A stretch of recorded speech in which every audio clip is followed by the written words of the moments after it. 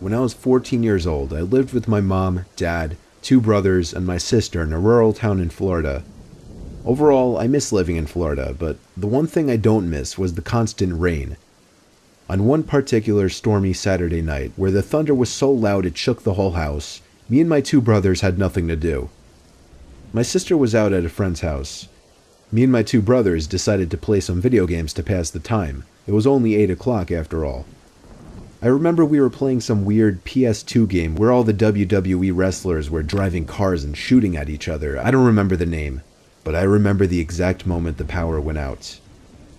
I was about to kill my brother in the game when the room went completely dark and the sound of something popping from outside echoed into the room. We assumed a fuse had blown outside on one of the power lines. We went to call for our dad, who was already getting his rain jacket on to go outside and check. Our house has 2 fuse boxes, one outside attached to the telephone pole on our lawn, and one inside. He asked me to go outside with him to aim a flashlight at the fuse box. When we were outside, he opened up the fuse box and began flicking around the different switches, hoping to reset something. He tried every switch, but the power didn't seem to come back on. He told me to wait there and to keep flicking switches while he went inside to do the same thing with the indoor fuse box. The rain was coming down hard. I just wanted to go inside as soon as possible. As I had the flashlight in my hand aimed into the fuse box, even through the sound of rain pounding down on the ground, I thought I heard something come from the woods behind our house, like a giant log cracking. I aimed the flashlight into the woods, and for maybe half a second, I thought I saw an arm reaching around from behind a tree. But as soon as the light exposed it, the arm pulled away behind the tree. I shut the fuse box, ran up the front patio, and into the house. I ran to my dad, who was tampering with the switches inside the fuse box in the closet. He entertained my claim, but he didn't seem to take what I said very seriously. He followed me outside around back, where I aimed the flashlight into the woods, the same spot I saw the arm. My dad took the flashlight from me and made his way into the woods. I stayed by the back patio in total darkness. Pretty soon my dad went so deep into the woods that I couldn't see the flashlight anymore. Growing nervous, I inched my way closer to the woods, repeatedly calling out for my dad, until I found myself walking into the woods. It was hard to even hear myself think over the sound of rain pouring down on the leaves above, but I did suddenly hear footsteps not too far away. Once again, I called out for my dad, and I heard him answer. This made me panic. Why, you may be wondering? Because my dad's voice came from a completely different direction than the footsteps. I ran in the direction of my dad's voice and eventually found him walking back to the house. Out of breath, I barely managed to tell him about the footsteps over in the other direction. He told me to go back inside and he'll continue to look around, and so I went inside and locked the door. Me, my brothers, and my mom all waited by the back door, expecting to see him come out of the woods any second. Eventually, we heard someone at the front door trying to open the locked door. I went over, expecting it to be my dad, but my mom stopped me and looked through the peephole. Then she screamed. She ushered me away from the door and told all of us to go upstairs, and at that same moment, my dad came back into the house through the back door. I didn't see the rest of what happened, but I heard my dad yelling at someone outside. When he came back in, he told all of us he saw someone running into the woods. I knew he was taking this seriously now. We thought it would end there, but the next morning, we found that the basement window had been smashed, and there were muddy footprints all over the basement carpet. A large wad of cash that was sitting on the basement bar was stolen, along with a few antique decorations that held some value. The scary part was that the muddy footsteps went up the stairs, but stopped there. Our basement door had a very heavy-duty lock, which may be the only thing that stopped this man from exploring the rest of our house, possibly even our bedrooms.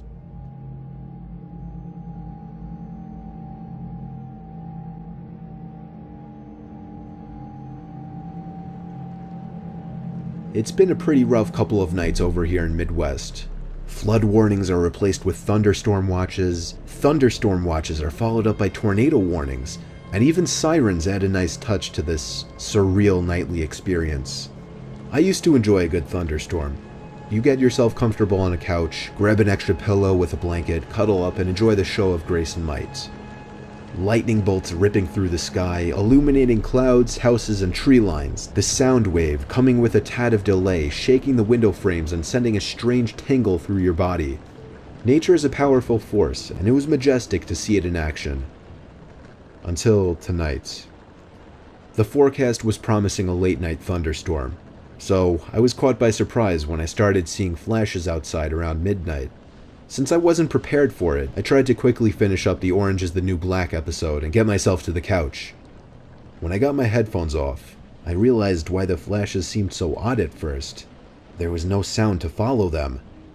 I mean, if the lightning is in the clouds or pretty far away, then yeah, I guess the sound could be missing, but the flashes seemed so close. I decided to check out the sky of the kitchen window. There's a pair of large glass panels that give you a good wide-angle view to the outside. To keep my eyes adjusted to the darkness, I stayed away from flipping the switches on and traveled through the house relying on my memory. The moonless darkness of outside gives you that eerie feeling, even if you are inside of the safe walls of your house. But those are just the feelings, nothing else. If it wasn't for the glass, the pitch-black darkness of both sides made me feel like the safe walls surrounding me no longer exist, and that feel of safety was slowly crawling away. But the walls did shatter when I glanced up high into the sky, and my eyes met the twinkly stars staring back at me. There were no clouds.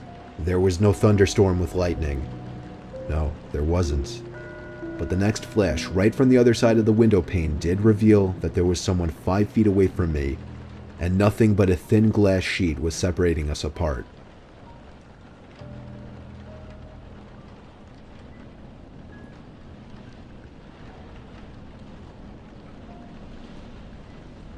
In the year 2009, I was spending a weekend with my uncle on his ranch when my parents were renovating the new house we had just bought.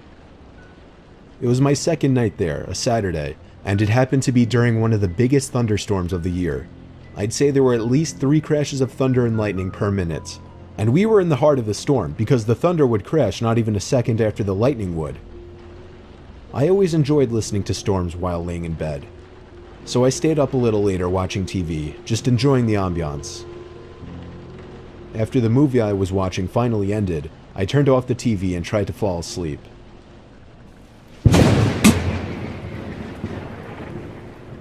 As I heard the lightning strike from outside, I could have sworn I heard some kind of metallic thud coming from outside at the same time.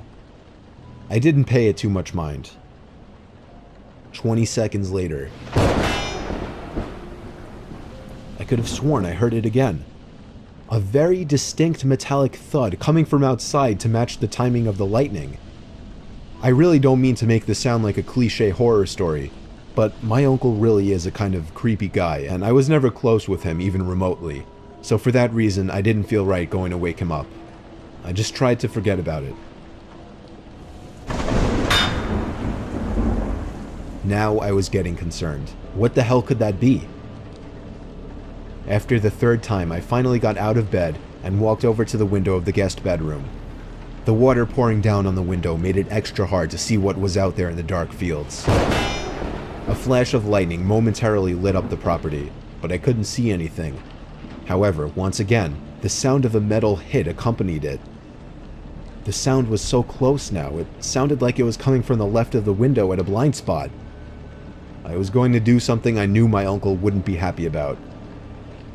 It would be a bit messy, but I was going to open the window and peer outside to see if I could see what the sound was.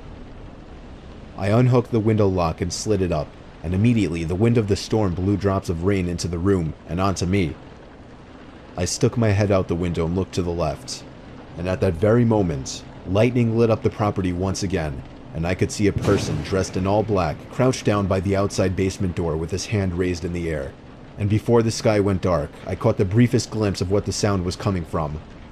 The person was bashing at the basement door lock. I pulled my head in and quietly shut the window, making sure to lock it. I was in a panic. I feared he might have seen or heard me. I ran back to bed and pretended to be asleep, facing away from the window. Lightning crashed once again, but this time there was no metallic thud. My heart must have dropped as I realized this. I just stayed put in bed for the longest time, hoping whoever was out there would go away. After maybe 3 more lightning crashes without any thuds accompanying them, I thought it would be safe to go tell my uncle. I turned to face the window and screamed. There was a figure, clear as day, standing at the window, looking in at me. I screamed as loud as I could and ran straight to my uncle's room. He went outside with his hunting rifle with nothing on but his pajamas, not even socks. He ran around the entire property yelling like a madman, but didn't find anyone. The next morning, we were able to better see the marks on the basement door lock. It was almost bashed open. Maybe 3 or 4 more good hits would have done it, according to my uncle. He was proud of me for picking up on it. Luckily, I was out of there that same day. My uncle hasn't told us of any incidents since, so I think he's been okay. Not that we talked to him much at all. I'm grateful I stayed up a little later that night watching that movie, because I may have just stopped a robbery, or possibly much worse.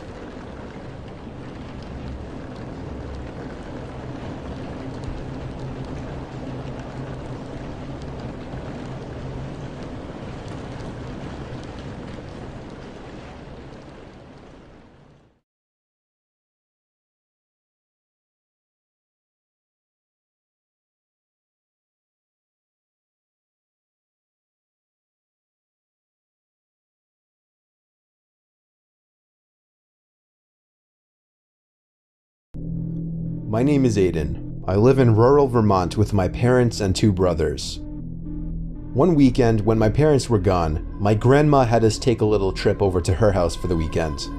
She has money, so she lives on a nice big private property, and she has things for us to do there.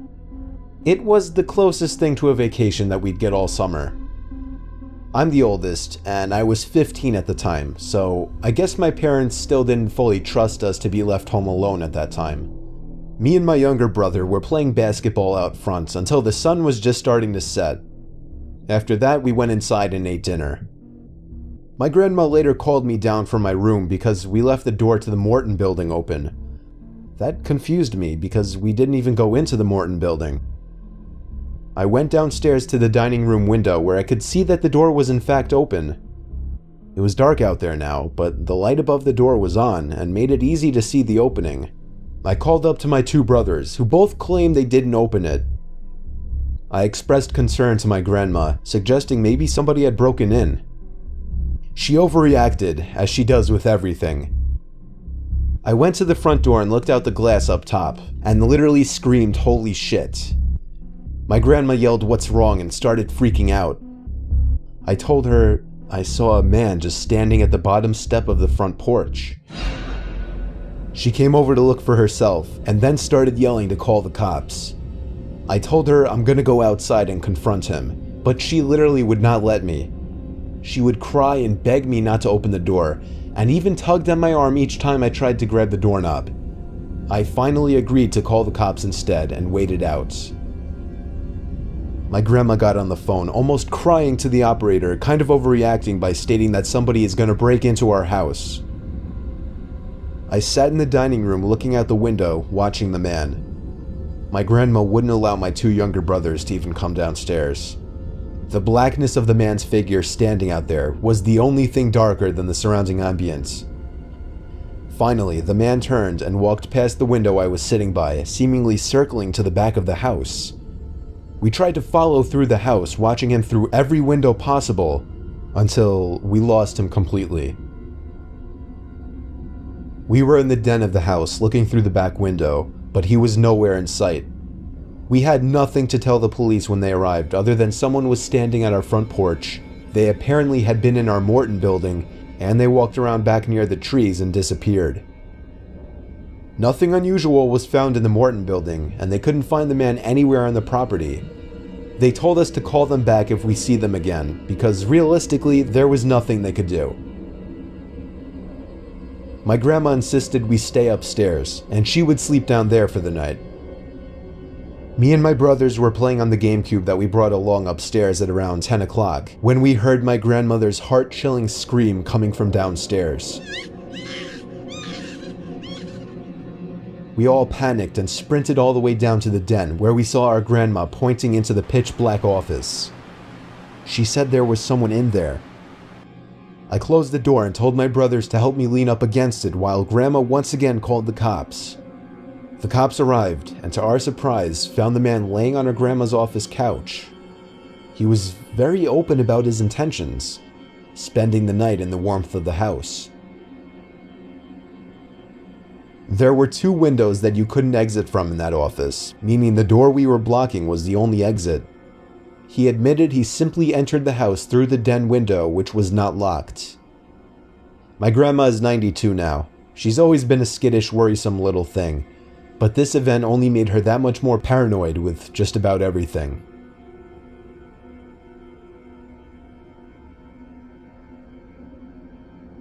I was vacationing in the Bahamas when I was 14 with some family friends. My friend and I were getting some henna tattoos at the hotel, and there was this guy lingering around us, but we didn't think much of it because a lot of people would stop to see what was going on. After mine was done, I told my friend and her mom I was going to go back to the room to get ready for dinner. There were 2 ways to the other side of the hotel, either inside through a bunch of small stores or outside along the pool. I walked through the inside and got to the elevator, where I saw the guy who had been watching us already at the elevator. We got on together, and he gestured for me to choose my floor button first. I clicked it, but he didn't choose another floor. Alarms start going off in my head. But what could I do? I was stuck in an elevator.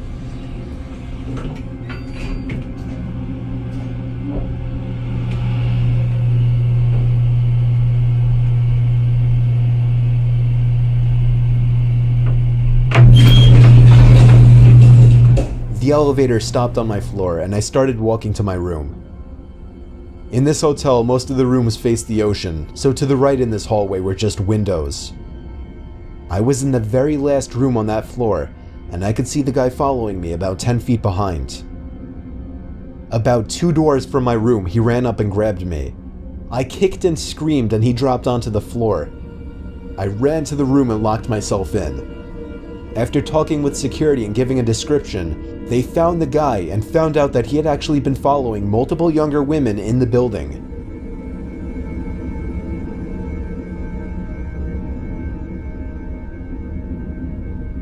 It was a few weeks ago. I took a trip with my wife Allison to a top of the mountains resort a few hours from our house. Out of respect for the family-run resort, I won't be mentioning the name. It was a couples weekend, so the itinerary would be heavily catered to adults rather than its usual family orientation. The resort had a very old-fashioned, country-ish feel to it. Everything was built from wood. Our room was huge. It was actually 2 rooms combined to 1, with the door that usually separates the 2 having been left open. The first night was actually a singles mingle night in the basement club just below the dining hall, even though it was meant to be a couples weekend. So we just played some late-night shuffleboarding, conversed with a few other young couples, and drank at the bar for a bit while listening to an amateur musician playing guitar up on the stage. When we got back to our room at around 12:30, there was a rather disgusting smell.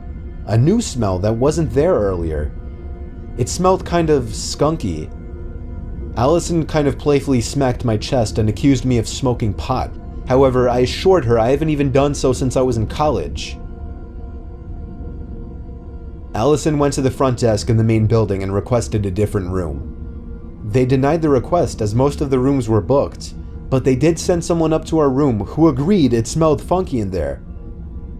The smell was mostly coming from the attached extra room that we weren't sleeping in.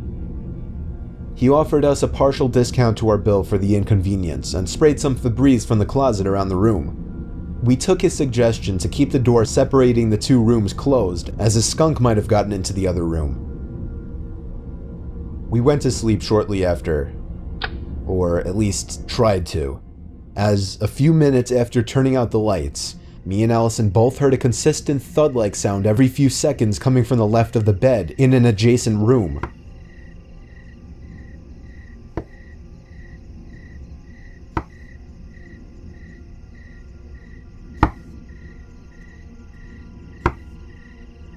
We tried to ignore it and just wait it out, hoping it would stop, but it just became too annoying. I was sure it was some kind of rodent making the noise in the next room over. I took a broom as a weapon and went into the connected room. I checked in the closet and under the bed. Nothing. The sound had stopped as well. I was heading back to our main room when I noticed something in the corner. I didn't turn my head fully in fear of what I knew I was going to see. But through my peripheral vision, I saw a very tall, black figure-type object in the corner of the room. After locking the door connecting the two rooms, we once again phoned the front desk, and they immediately sent the owner of the resort up with a gun. The door to the hallway on the other side of the room was open, meaning the thing I saw in the corner was a person, and they made a break for it as soon as I left the room.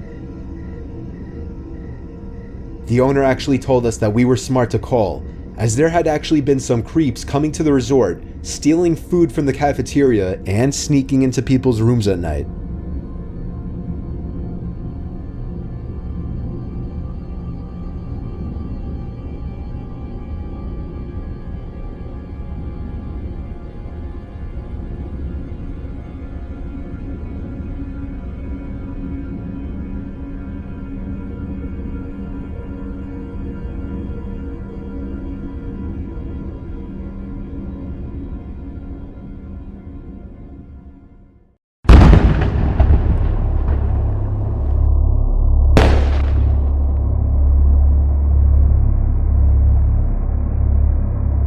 It was July 4th, 2007. I was 16 years old, and I had nothing to do for the night. My older sister Alicia, who has 9 years on me, was going to some huge party upstate. I think it was referred to as the Rockaway Bomb Show, where a bunch of young, out-of-college adults would go to drink and go crazy.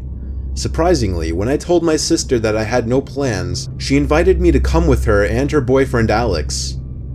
Now, I was a shy kid, so maybe that's why she was inviting me, to help me break out of my shell.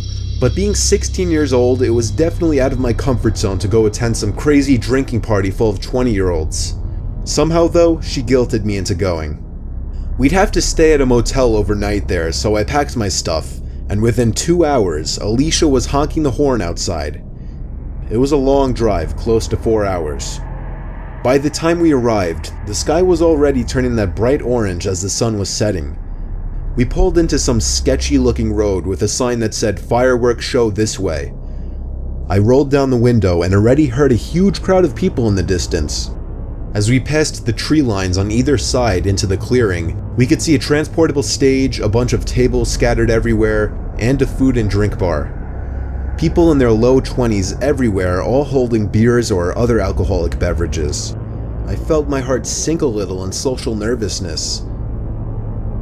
Alicia parked the car on the grass because really there was no parking lot and the parking was basically a free-for-all.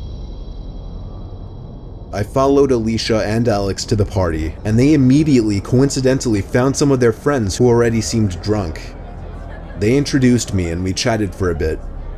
Alicia handed me a beer, which I nervously accepted. As soon as I took the first sip, I started getting weird stares from people. I was afraid someone would ask me how old I am. I continued to cling on to Alicia and Alex for another 15 minutes before they both split up and started talking to random people. At that moment, I felt alone and awkward. In the middle of hundreds of college students and graduates all conversing with each other, and here I was, an awkward middle school looking 16-year-old with a beer in his hands all alone. A hand grabbed my shoulder and I turned, thinking it was Alex or Alicia, but it was rather some older guy. I mean like out of place old. The guy was like in his 40s or 50s, he had a balding head and glasses, he looked like he could be a creepy priest. He then took the beer out of my hand and said, "How old are you?" That hit me hard in the stomach as I choked up for words. I was actually just getting that from my sister. He put the beer on a nearby table and asked me what my name is. I, still thinking this guy was a worker at the show or something, told him Jake. Then he asked me who I'm here with, and I responded, "My sister, like I just told you." Eventually, I talked my way away from the guy and looked for Alicia or Alex. There were so many people here though, and I didn't have a cell phone back then, so I couldn't even text or call them. It got to a point where I felt so alone and awkward that I wandered away from the party and into the woods. I sat on a log reflecting on myself and regretting my decision to come when all of a sudden I heard a huge boom followed by a roar of cheering. The fireworks show had started. I could actually see perfectly fine from where I was sitting, so I decided I'd just stay there. My mind was sucked into the beauty of the fireworks blowing up in the sky. So much so that I forgot about how upset I was. And suddenly, I couldn't breathe. Something was wrapped around my mouth and nose. I struggled. I tried to scream and break free. I felt like I was becoming lightheaded. I looked up for anything on the ground to use as a weapon and pulled up a big stick. I tried swinging at the person's leg, but it didn't work. The person pulled me down to the ground and pinned me on my stomach. As a final attempt, I grabbed a big stone from in front of me, and with a single, lucky swing, I struck the person straight in the face. They let loose their grip and let out a grunt, giving me enough time to get up and run. I did take one glance at the person, however, and could see that they were wearing the same thing that the man I saw earlier had been. I ran back to the party where they were shooting off the fireworks and asked the apparent hosts of the party if they knew the man. They said they hadn't. I told them what happened, and one of the guys was like, "Holy shit, buddy, yeah, we're gonna report this." By the end of the night, when my sister and her boyfriend were too drunk to drive, I ended up driving to the motel. I never told anyone in my family about the incident out of embarrassment, but that's something I kind of regret now.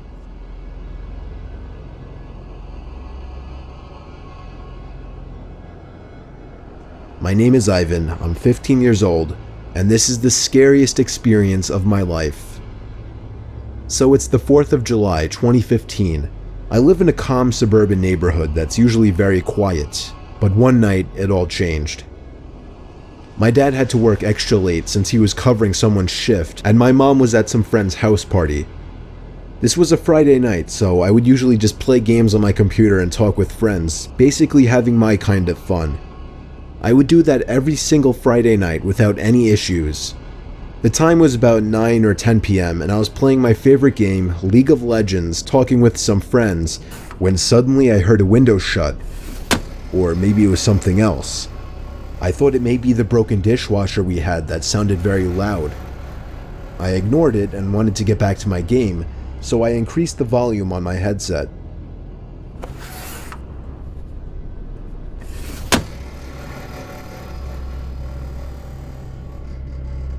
The sound echoed so loud that I could almost hear it with the volume on 96%. I had enough and wanted to see what it was, so I reduced the volume and told my friends to hold on and that I would be right back.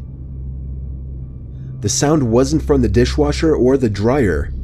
It wasn't a window either. The sound was still underway though when I came to look what it was. The basement. I had never gone in there since we moved in, and my parents told me to never go down there by myself. Not for suspense reasons or anything like that, but they actually just don't want me going down there moving around any boxes.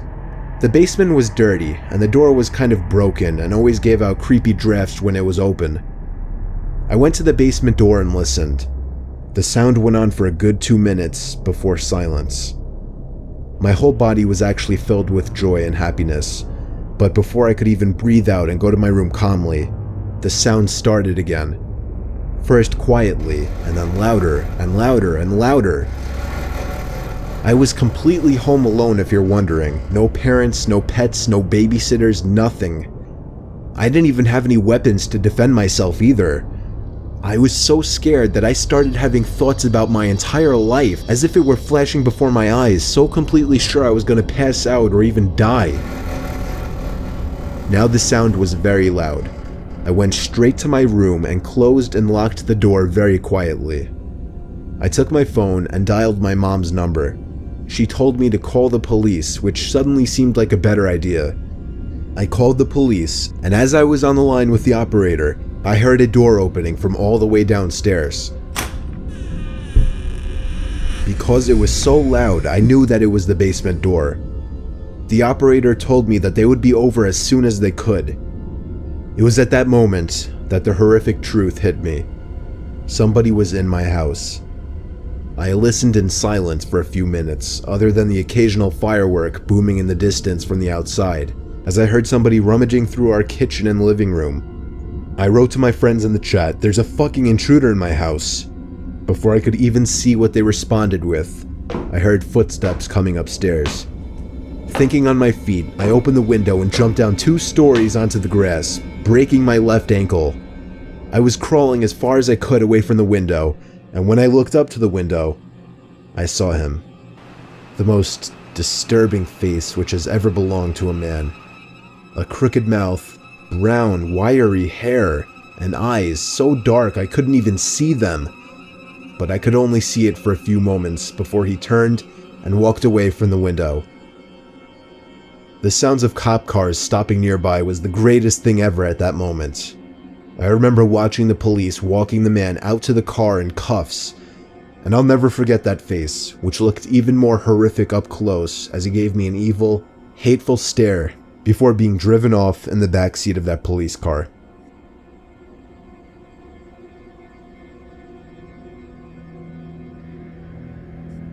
It was the 4th of July, 2 days after my birthday.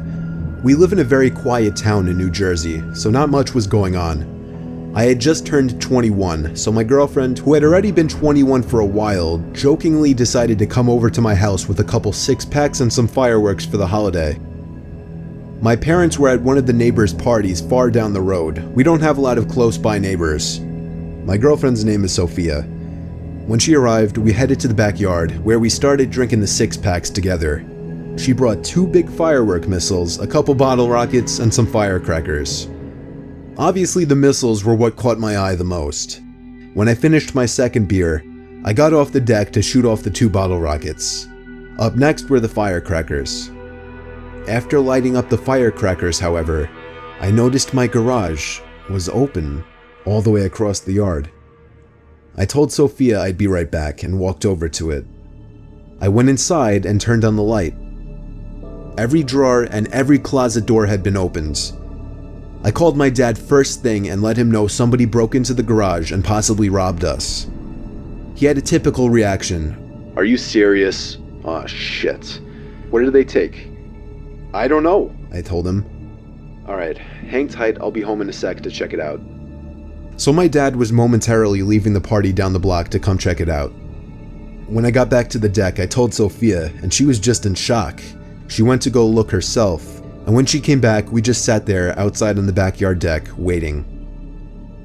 Eventually, I decided to just shoot off the big missiles anyway. I couldn't wait anymore, and it was July 4th after all. Sophia told me to go for it. The first missile was huge. It practically lit up the whole backyard for a second. I loved it. But I knew these 2 missiles were not cheap, so I thanked Sophia again. I lit the second missile, and during those initial few seconds as the fuse was burning, me and Sophia both heard a large branch snapping on the ground from the woods. We both looked in that direction, and as the rocket exploded in the sky, it provided just enough light to see a figure in the woods facing us. We both screamed simultaneously, just in time for my dad to hear. Me and my dad both chased in that direction into the woods, but we couldn't see or hear anything. We completely lost the person. Later that night, we turned on the security camera in the garage that we hadn't used in a long time. At maybe 1 or 2 in the morning, when I was finally going to bed, I looked out my window for the heck of it, and the garage light was on. Me and my dad went to check it out. This time the entire garage had been completely trashed and some of my dad's expensive tools were missing. We went back to the house to check the surveillance footage, and we were disturbed. In the footage, the lights turned on, but the camera was blocked by something. It seemed like a piece of paper. We rushed back to the garage to check it out, and found a simple post-it note taken from the desk in the garage, stamped onto the camera. And in writing on the notes were the words, "Happy Independence Day, fuck you." We never found the robber.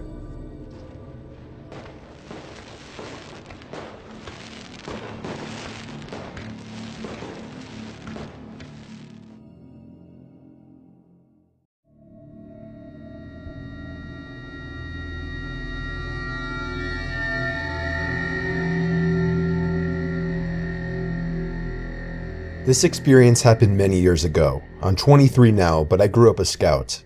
I started with the Cub Scouts, then transitioned to the Boy Scouts, and eventually earned the accomplishment of becoming an Eagle Scout. Throughout my years as a scout, I've been on countless campouts. Many friends came and went as kids quit the Scouts throughout the years. But one friend who stuck it through the whole way with me was Justin. Me and Justin were in the same grade, and we were close friends. At the time of this experience, we were both going to be entering 10th grade, 15 years old. As weird as it sounds, I honestly don't even remember what park we were camping out at. It was just too long ago. As soon as everybody had arrived, Scoutmaster Davis led the group on our hike to the campsite. After setting up our tents and having a quick snack, Scoutmaster Davis led us on another hike as the sun was starting to set. He liked to take us on hikes in the dark, as he thought it taught good directional skills. On the way back, we had to use our flashlights since it was getting too dark.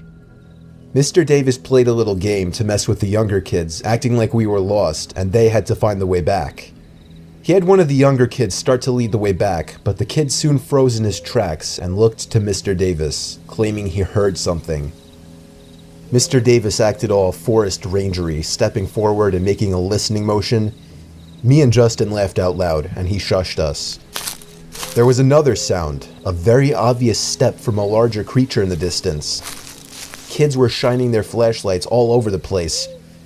Mr. Davis assured us it's okay as long as we make a lot of noise to keep any potential predators away. I gotta admit, it was a bit scary hearing him say that. Mr. Davis led the way back from there on out. But on several occasions, either me, Justin, or some other kid would point out steps coming from behind us. Clearly something was following us. Mr. Davis told us to just stay with the group and not to refrain from making noise. We got back to the campsite where we cooked a couple turkeys, popped open a few cans of corn, and then sat around the campfire where Mr. Davis began telling his famous stories. However, it was interrupted by footsteps circling around the campfire. Scouts started turning around looking into the woods. Even the Scoutmasters looked at each other. Assistant Scoutmaster Roberts hopped up, said, "Alright, this'll scare him off," and went for the gun in his tent. He pulled out his rifle and fired a shot into the air. We didn't hear any more footsteps after that. After a whole hour of listening to Mr. Davis's stories, Scouts started heading to their tents. Me and Justin were in the same tent, and knowing how early the Scoutmasters made us get up, we didn't really joke around for too long. The only sounds now were the crickets and the crackling of the fire outside. I fell asleep quickly, given how exhausted I was from all the hiking, but woke up to Justin nudging me. When my senses came to, I listened, and heard footsteps coming from outside the tent. The campfire was still lit outside, and it created a glow on the tent walls. But it also allowed us to see the shadow outline of what was outside. A person. I whispered, "So what, it's probably someone just going to take a piss." He told me to open the zipper and peek outside. I did what he said, and to my horror, there was some heavy-built man with a sack over his head and a ripped working shirt, very clearly holding a big knife. He was walking around some of the other tents. I zipped the opening back up and told Justin to be quiet. We had no phones or anything, so we couldn't call one of the Scoutmasters. All we could do was wait. We couldn't tell if or when the man had left. We just sat there for what felt like hours, waiting, and eventually we fell asleep. We awoke to one of the Scoutmasters blowing that stupid wake-up horn. Me and Justin were surprised that we even fell asleep given the situation, but we immediately went to go tell our Scoutmasters what we saw. All three of them took our claims very seriously and wanted to make sure we weren't joking. They had no choice but to tell everyone to pack up and call their parents to get a ride home within 3 hours. Now this is the really weird part. Two of the younger kids in the group had their entire bags stolen, which mainly contained their clothing. When the Scoutmasters went to investigate around their tents, we were all disturbed to see that there had been tiny holes carved into the tents, big enough for someone to look into. And that's exactly what the holes were for. The Scoutmasters reported the incident to the town in which the park resides. It still horrifies me, given how real the situation was for me, that somebody literally followed us into the middle of the woods, spied on two 11 or 12-year-old kids while they slept, stole their clothes, and did whatever else. Thankfully, nobody was hurt, but the incident overall hurt the group, as some parents refused to allow their kids to go on any more campouts. It's sad that some sick people out there can really ruin things for a lot of other people.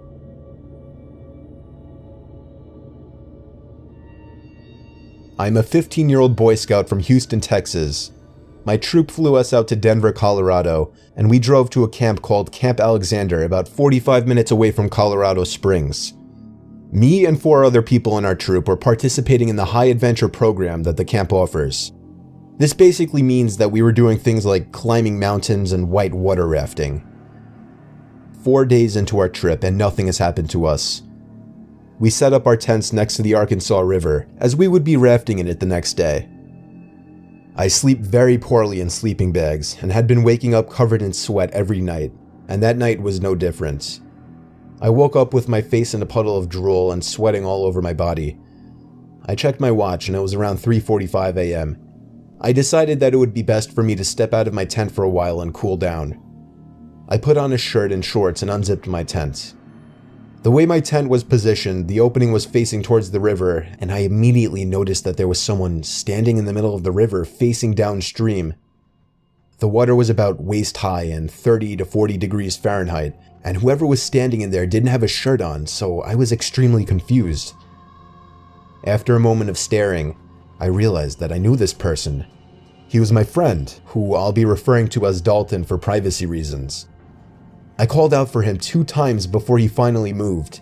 He looked right at me, and then he looked around as if he were processing the situation. He yelled at me, "What the fuck?" He ran back to the shore as fast as he could.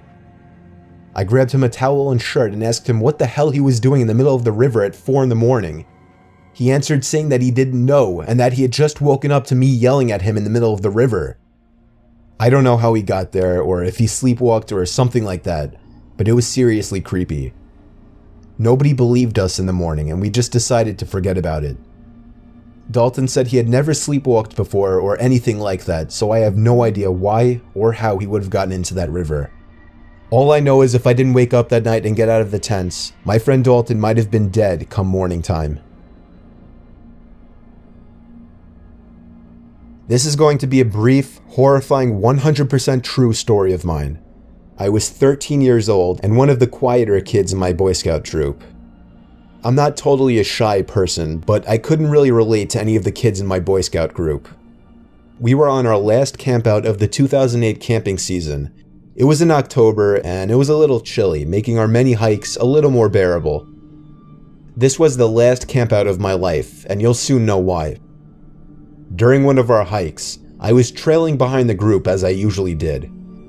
I had this sudden urge to pee, so I let the group get a little further ahead and then went behind a tree.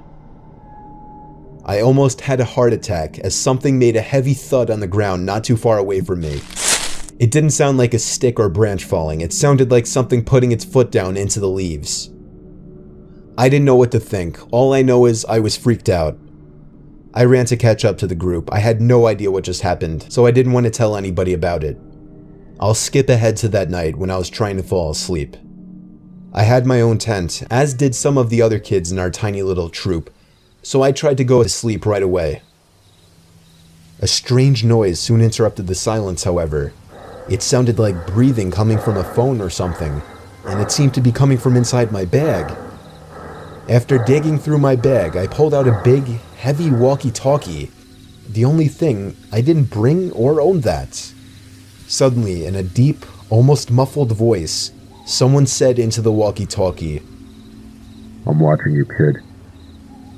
I pressed down the talk button and said, "Who is this?"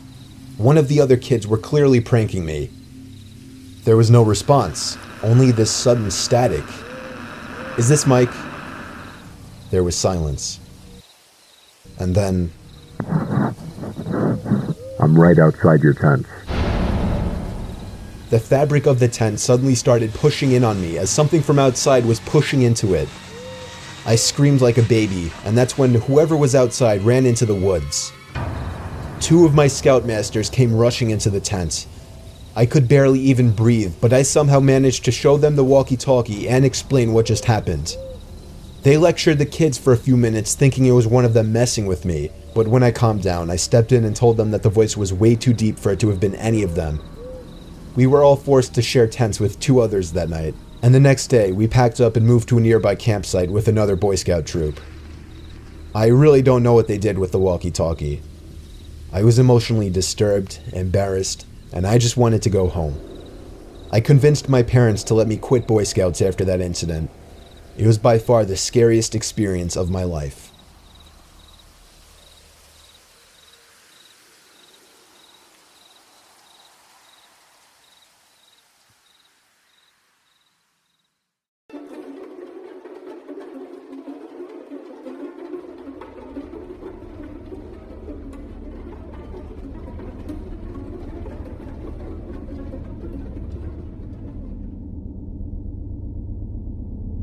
My friend Brian and I used to be big on urban exploration, especially in the dark.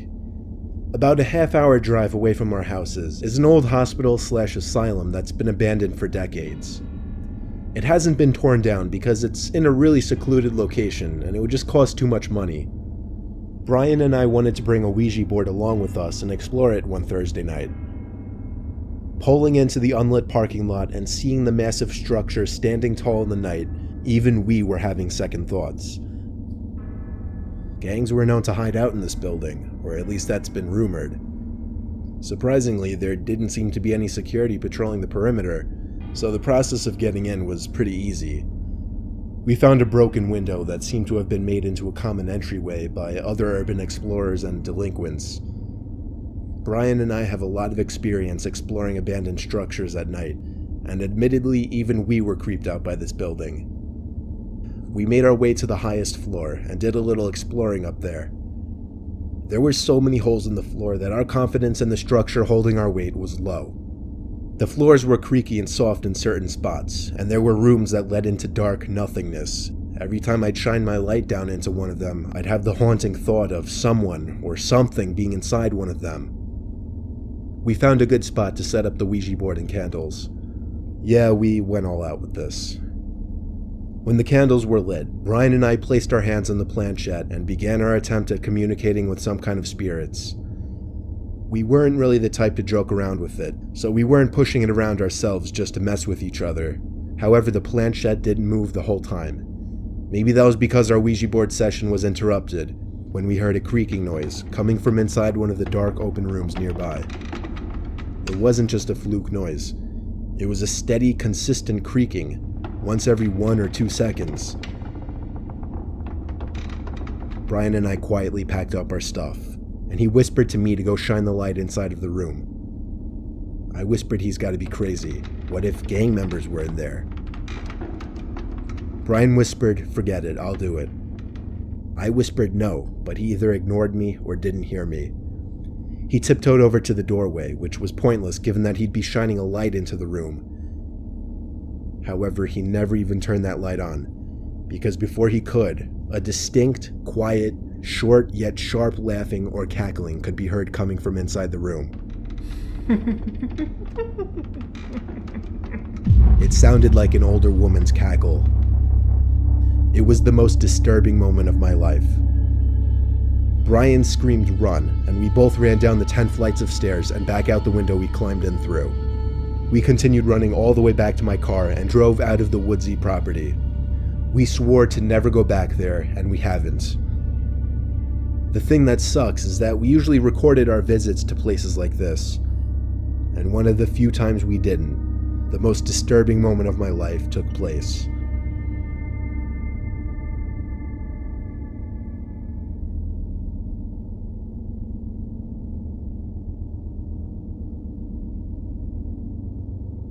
It happened one night when my parents and I were hearing noises coming from outside of our farmhouse.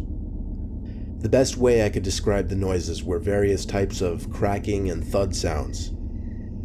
My dad and I met in the living room to discuss what we should do, because we were positive that there must have been people out there stealing our produce. My dad ran to his gun closet and drew his shotgun, and together we stormed outside into the night, turning on all of the lights mounted on the outside walls of the house. My dad apparently saw somebody because he started yelling stop as he ran to the crops.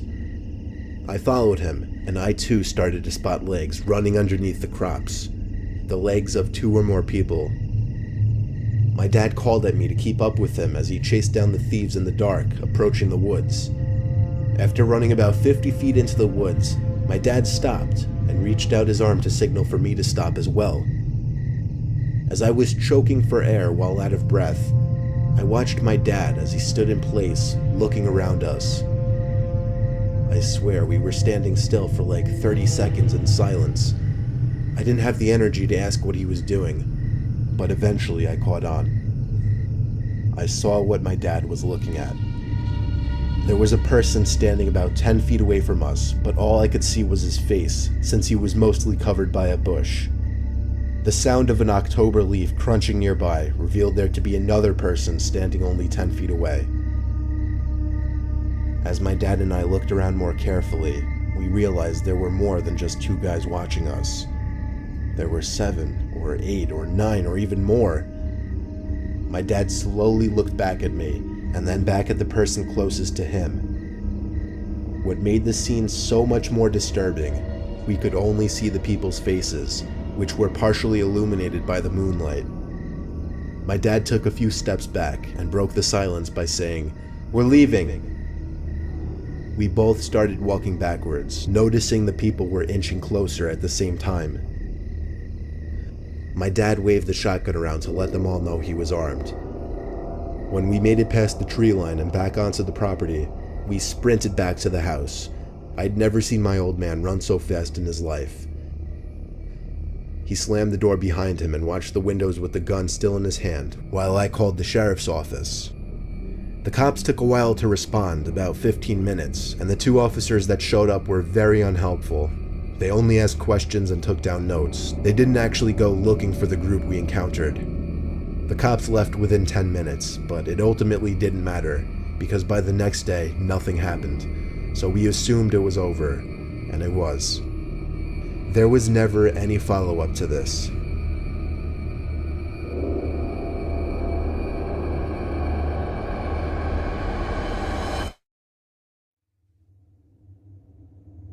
A friend and I were on a road trip from South Carolina to Jersey, where we'd be meeting with a bunch of friends. We left late in the day to avoid traffic. We were somewhere in Maryland when my friend had to get off the highway to find the nearest bathroom. I don't mean to piss, I mean he had the runs all of a sudden and needed to go really badly. We were driving around some desolate town looking for a place for him to go. There was practically no traffic and all the store lights were off. The place was a ghost town. The further from the highway we got, the quieter and creepier the surroundings got as well. Eventually we came across a small 24-hour ghetto-looking Dunkin' Donuts. It was an outlet though, so we had to pull around the strip to a basically hidden parking lot around back. There was not a single other car in the lot. It was so hidden that nobody would ever find it unless they were looking for it.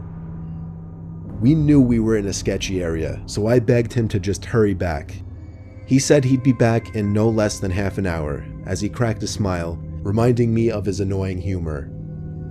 He ran off around the building as I sat in the car, windows rolled up and doors locked. A pretty bad motion sickness was still wearing off, so I figured it wouldn't hurt to step outside for half a minute just to get some fresh air. As I stood outside in that lot, I was constantly examining my surroundings. It took me a while to take notice to somebody standing all the way down at the far side of the parking lot. Now, it was dark, but I could still tell they were facing the direction of the car. In direct response to that, I got back in the car and locked the door once again. I guess that was a bad move, because the person at the end of the lot started slowly yet menacingly approaching the car. Maybe whoever that person was saw my reaction as cowardice, and therefore saw me as an easy target. Either way, I texted my friend to come back right away since he had the keys and explained why. The person was getting closer, slowly but surely. I desperately stared at the screen, awaiting my friend's response, just like a guy awaiting a response from his crush. By the time my friend answered the text, he said, "Wait, for real?" I replied yes within the same 2 seconds. He answered back with, "Shit, laughing my ass off. Alright, be right out." I texted back, "This is serious, dude." The person was a couple 100 feet away at this point. He was so close that I was about to get out of the car and run. My friend came running around the building just in time. He spotted the guy right away and hopped in the car. We took off with only seconds to spare. We stopped a couple blocks down the road to catch our breath and discuss. My heart was still racing and I was still in panic mode. Meanwhile, my friends started to find it more and more hilarious. Eventually, far enough into the ride, I was able to laugh about it. But still, it was scary and still is scary to think about what would have happened if that person made it to the car. Maybe nothing. Maybe he just wanted change. Or maybe a lot worse.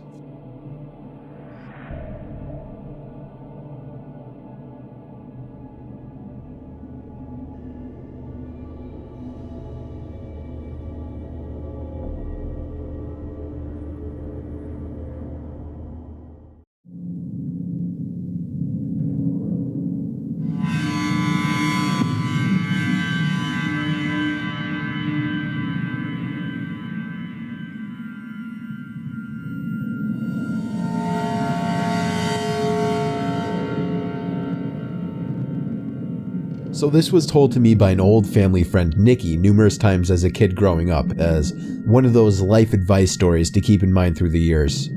And to her credit, I've never forgotten it. Whenever anything associated with hitchhiking comes up, it always springs to mind, and probably always will.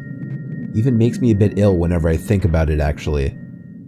So Nikki, who grew up at the same time as my dad, so this was about early 80s, I believe, she was a young woman in her mid-20s. She's one of those real kind-hearted souls, always willing to help another out in a time of need, you know? And I can't imagine her being anything other than that when she was younger, so I totally see her doing this too. So driving into the city, which was about a 2-hour drive from town, she saw a man walking down the side of the road. As she neared, he turned and, in typical hitchhiker manner, stuck out the old arm and thumb. Nikki, bless her heart, pulled over and asked him if he needed any help. She told me he was really polite, if not a bit shy, when he asked for a lift into the city. Nikki gave a smile and popped open the passenger door for the guy, who then tossed his bag into the back seat and buckled up for the ride ahead. They talked pleasantly for most of the trip, about friends, the news, etc. You know, happy small talk. She felt that they were getting along very well, and even bought him dinner at the pit stop a little over halfway there. She says he seemed really flustered and awkward when she paid, but one of the things they talked about was money and how he was pretty damn strapped for cash, which was why he was hitchhiking in the first place. But he eventually relented and they went on their way. As soon as they got into the city, he thanked her profusely for the ride and the food and asked to be dropped off once they hit downtown. Before getting out, he asked for Nikki's phone number so he could contact her one day and maybe catch up. Thrilled at the prospect of knowing how her new friend was faring, Nikki wrote it down for him and drove off with the warm feeling of having done a good deed. Now, I'm sorry if you were expecting something creepy to have happened by now, but I think this is what freaked me out so much as a kid. How nice everything seemed to have worked out. Nikki gets this crease in her forehead and a funny look in her eye when she tells me this next part. How a week later she got a phone call from the same man she had picked up. He didn't let her get a word in edgewise after hello and told her that she should thank God that she was raised so nice, because when he first got in the car, he was planning on raping and murdering her once they got to that pit stop. That he was going to steal that car and dump her body in a ditch further down the road and go on his merry way. But after she talked with him so kindly and even treated him to dinner with a smile on her face, he couldn't bring himself to do it. He didn't think that he could live with himself after doing that to such a nice lady. The man's final words on the phone were, "Please, Nikki, please, never ever pick up another hitchhiker." Then he hung up the phone. Nikki never got a call from him again. When she tried redialing the number, she got a payphone.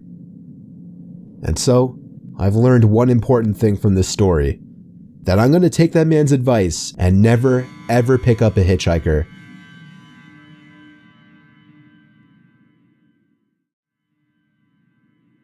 The Wrong Hitchhiker by Nathan Bartholomew. I've learned one thing from my one and only experience picking up a hitchhiker. Don't pick up a hitchhiker.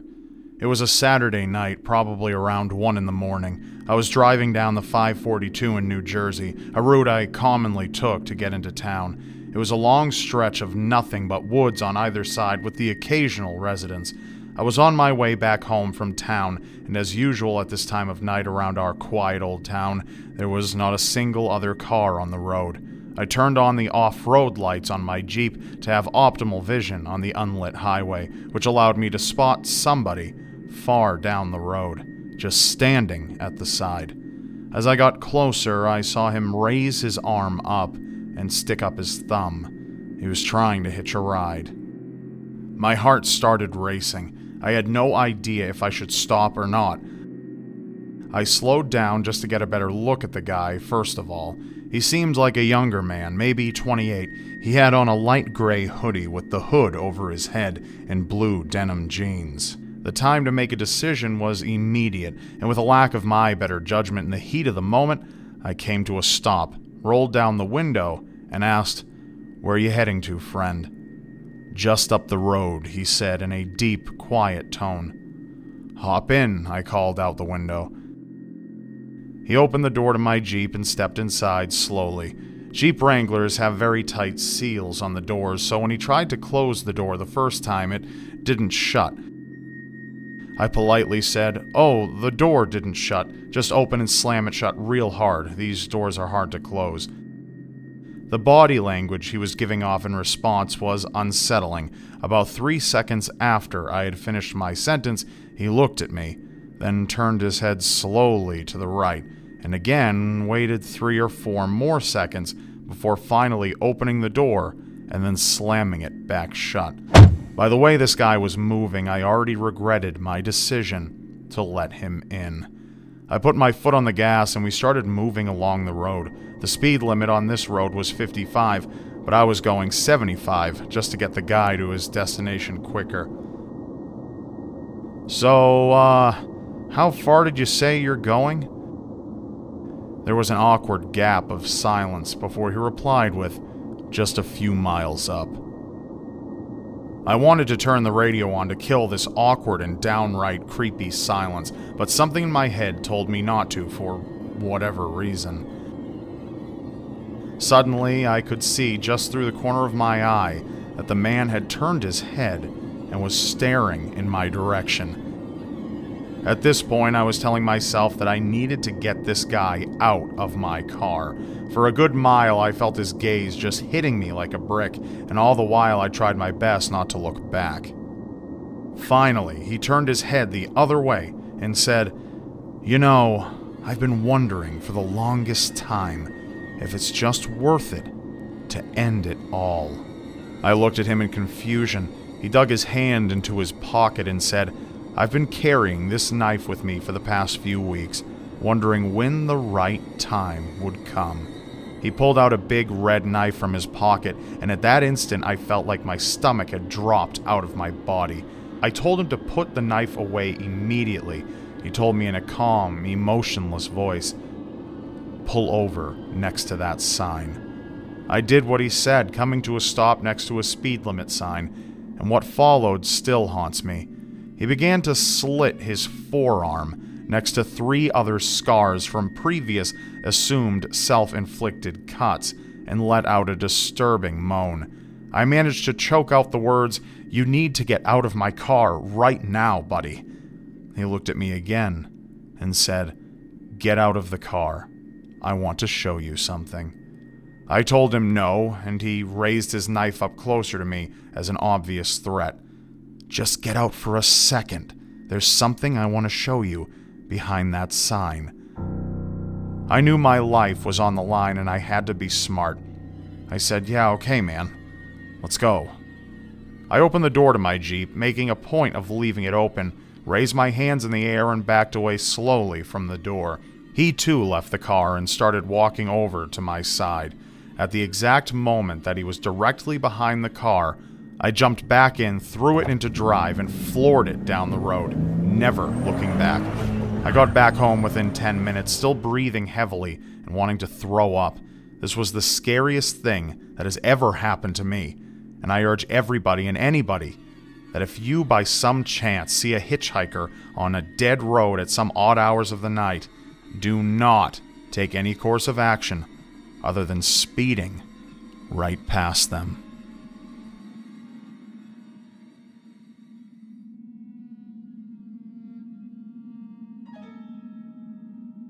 Three months after I turned 16 in 2005, I got my first car, a '99 Toyota Camry.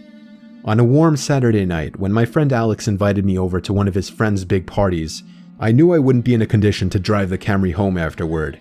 So we carpooled with Alex's girlfriend, Brianna.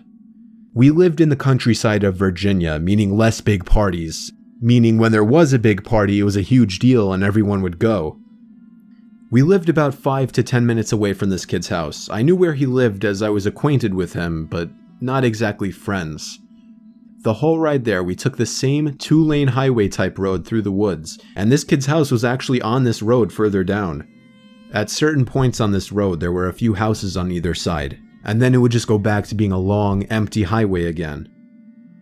The house was tiny, like a lot of houses around the area, but the party was held outside anyways, since his closest neighbors were relatively far away, and noise wasn't an issue. I'll skip most of the party up until the point that Brianna, who was supposed to be our designated driver, had to suddenly leave for a small family emergency. Alex said it was fine and that we'd find a ride home. Well, fast forward another few hours and another few drinks, and I could barely even walk straight. I checked my watch, and it was like 2 in the morning. I figured it was time to go. I started looking for Alex, but I couldn't find him anywhere. In fact, it seemed like everybody I knew had already left. I could barely even think straight, but I was still furious at the fact that Alex could have actually left without me. I asked to use the party host's phone and dialed Alex's home number. After 2 tries, I gave up and then realized I shouldn't wake his family up. So, literally not knowing what else to do, I dizzily stepped out onto the road and began walking back home. I knew this walk would take anywhere from half an hour to an hour in my condition. Maybe after 15 minutes of walking down the road, the slight shine of car headlights on the road was fading in from behind me. Jumping for joy inside, I lifted up my arm and stuck out my thumb. As the car neared, it slowed down and came to a stop right next to me. The man driving the '98 Ford Explorer rolled down the window and asked where you headed. I told him my house was just down the road and beyond a right turn, probably slurring my words beyond comprehension. He chuckled and told me to hop in. I thanked him and joyously hopped into the truck. I was exhausted, and I remember completely disregarding things the guy was asking me because I was so close to just passing out. And that's what happened. The memories of being in that truck turned to a fog as I'm sure I passed out.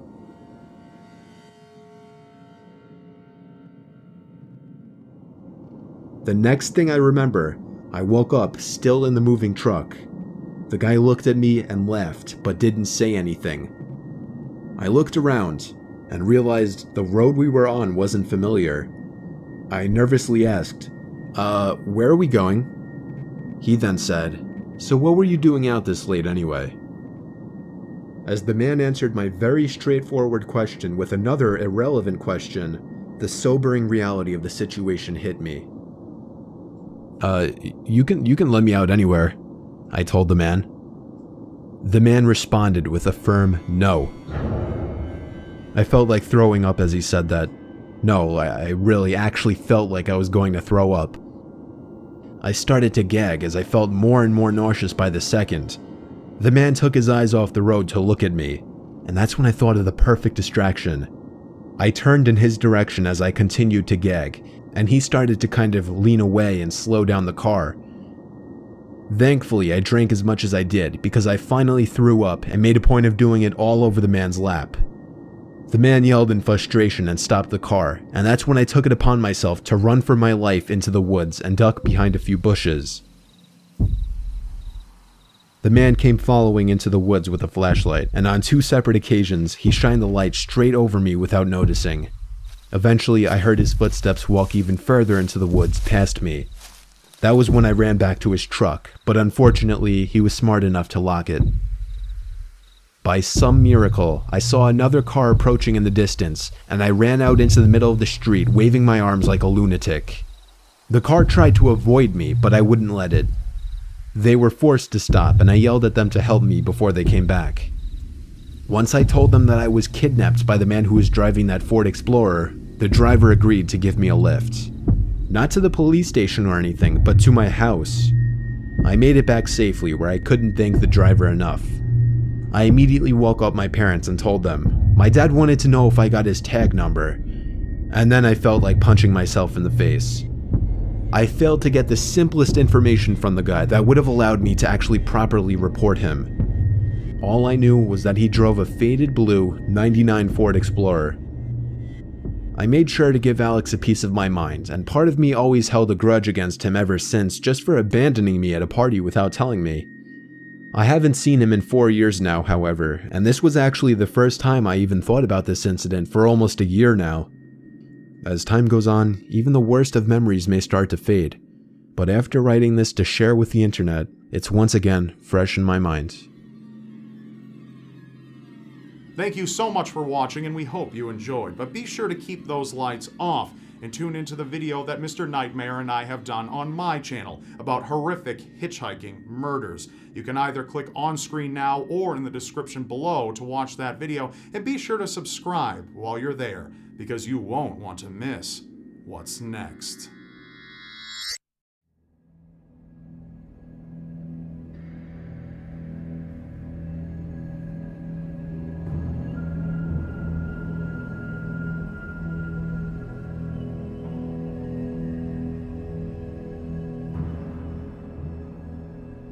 I used to play a lot of hide and seek with my friends when we were young. A team version of the game though, so it was a little different.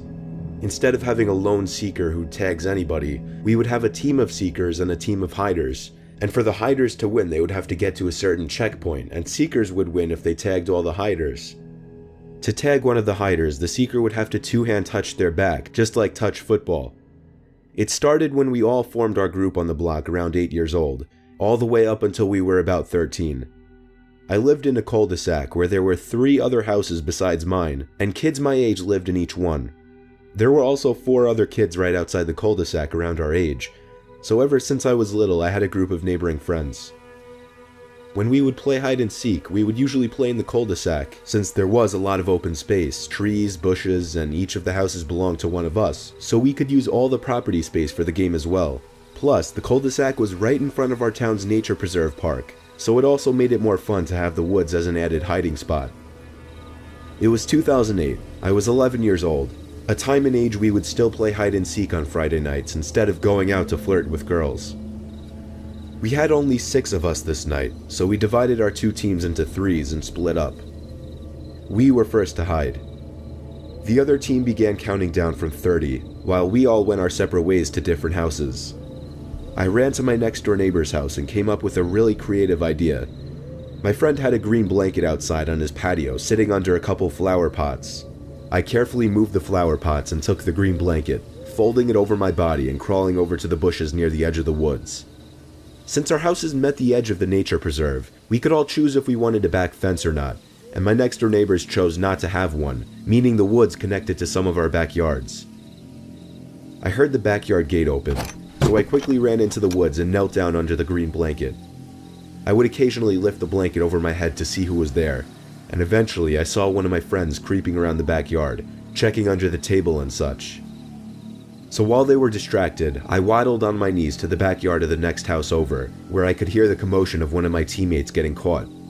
I lifted the blanket over my head to see what was going on, and I saw someone on the other team escorting my teammate back outside to the street. This was the perfect opportunity for me to run for it. I dropped the blanket completely and just looked around one last time before getting ready to make a break for it. Then, the most unexpected happened. The sound of a shoe on freshly fallen leaves and twigs snapped from right behind my ears, and before I could even turn around, I felt 2 hands grab my shoulders with a very strong and tight grip. I squealed in pain for a bit and screamed stop, managing to escape the grip and run for the checkpoint. I didn't make it to the checkpoint anyway though, because I ran into one of the seekers right at the backyard gates. We went out to the street where I found out that both of my teammates were already out, and the 2 other seekers were already waiting by the street. "Wait," I said. "If all of you guys are already out here, who was the one who found me in the woods?" I asked. They all looked at each other, seemingly confused. None of them owned up to it. They all swore they hadn't even gone into the woods. As I realized they were telling the truth, I felt my heart skip a few beats before pumping back up in a rapid beat, twice as fast as normal. When I told them that somebody was in the woods and grabbed me with force, they didn't believe me at first, but I convinced them. We all went to tell our parents, and the cops were called. Unfortunately for my neighbor friend, his parents put up a 4th fence wall, separating the woods to the backyard. We continued to play hide and seek and flashlight tag past this incident up until around the age of 13. Our parents just made us carry flashlights from now on and left all the backyard lights on. And of course, the woods were off limits. I'm happy to have such fond memories with friends as a young child, but that still doesn't take away from the fact that this was one of the most horrifying experiences of my life.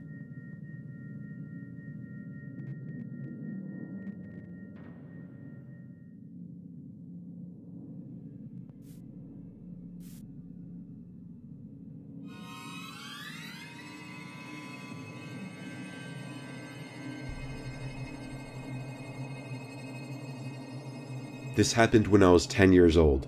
I lived in a small town in New York State that didn't have much going on at all. The house next door to mine was vacant for the longest time, until one day a moving truck pulled up in front, and a woman, a kid my age, and a toddler stepped out. Me and my dad had been sitting on the stoop talking, so we were able to go over and greet them right away. The mom seemed pretty normal, though there was something slightly off about her personality. My dad and the mom introduced me and the other boy my age to each other. He introduced himself as CJ, and then reached out his hand for a handshake, which for kids our age at the time was very weird. I shook his hand, and I remember both of our parents laughed. My dad ended up pressuring me on the spot to go hang out with CJ upstairs in my room. I wasn't against it, so I led him up to my room. I sat down on my bed, and he just stared at me blankly, creepily. I asked him if he wanted to play Mario Kart, and he didn't even know what that was. I showed him a few of my video games, and he said he doesn't like video games. So I suggested we play hide and seek outside. That he agreed to. I told him he could hide first to familiarize himself with the properties, while I gave him a 60-second head start. He ran into his new backyard, and I started counting down from 60. When it came time to find him, I found him in literally the most obvious place he could be. He was standing behind the chimney, a spot that I had to pass to get into the backyard. From this point on, I was starting to wonder if maybe this kid wasn't all there. After 10 minutes of an anticlimactic game of hide and seek, I said I had homework to do. He asked if he could come inside with me, and I didn't know what to say. Every excuse I came up with, he would find another way of asking to come inside. Eventually, however, he did leave me alone, and I went inside. Realistically, I had nothing to do. I just didn't like the kid and didn't want to further any kind of friendship with him. That night, something terrifying happened. I awoke to a thud at my bedside window. I sat up and lifted the window up. I was disturbed to see CJ's face at the upstairs window of the neighboring house. He leaned out his window and called out for me to come over and play hide and seek. I yelled over he's insane and told him to go back to sleep and leave me alone. I aggressively slammed my window shut, as well as the blind, and tried to go back to sleep.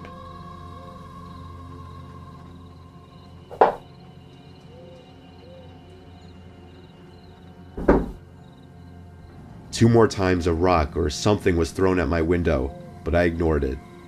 When it seemed to stop, I was relieved, and finally felt at ease.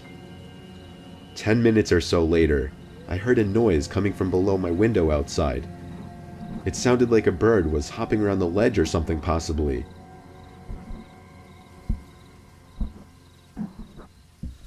The sound kept getting closer though, and then I heard a thud come from right below my window. I didn't know what to think. What if CJ was out there? Was he trying to climb up to my window?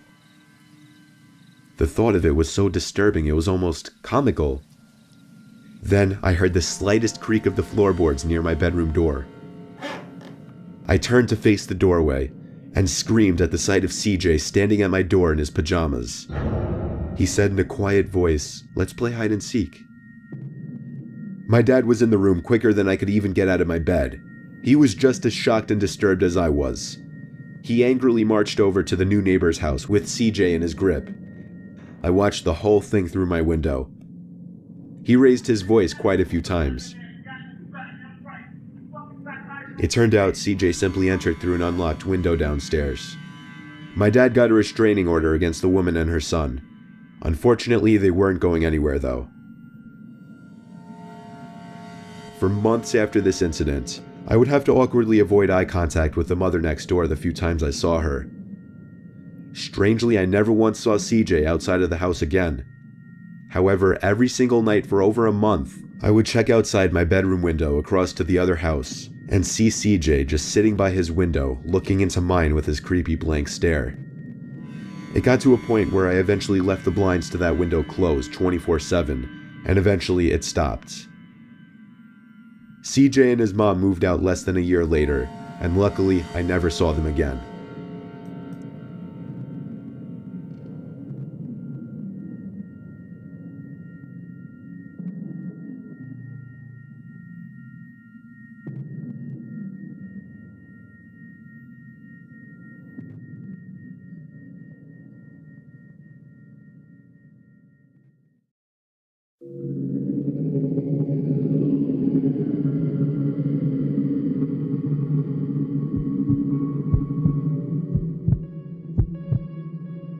Spring break 2016. 3 friends and I were a little too late to book a worthwhile spring break trip like in Cancun or Miami or something like that, so we did what we thought was the next best thing. We Airbnb'd a beach house in Georgia for a good price last minute. The landlord left the key hidden in a plant on the front stoop. As soon as I unlocked the door and we stepped into the home, we could all agree there was a funky smell in the house.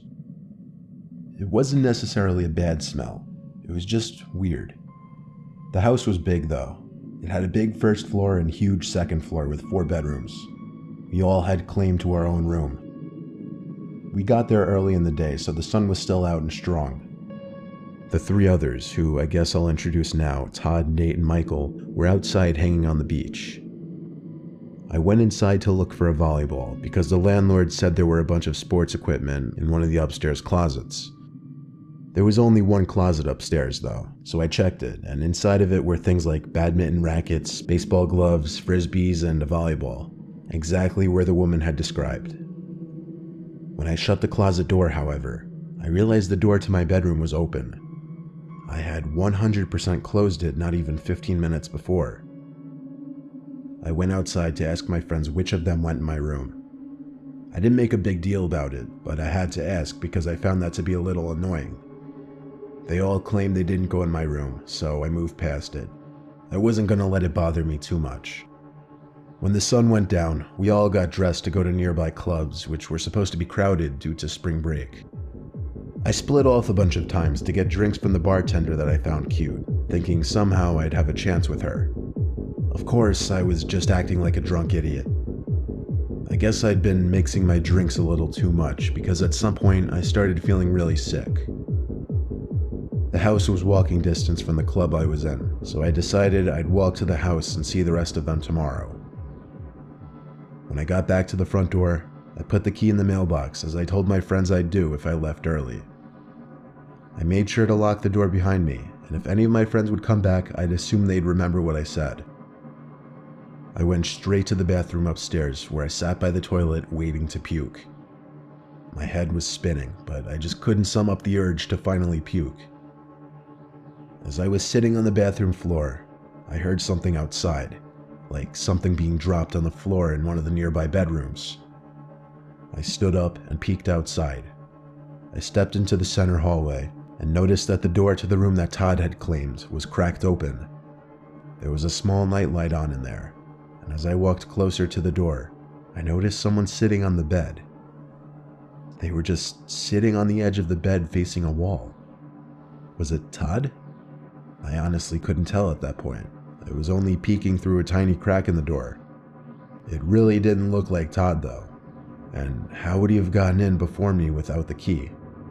In a split second, my heart started racing twice as fast as I was looking at someone who I started to believe wasn't Todd.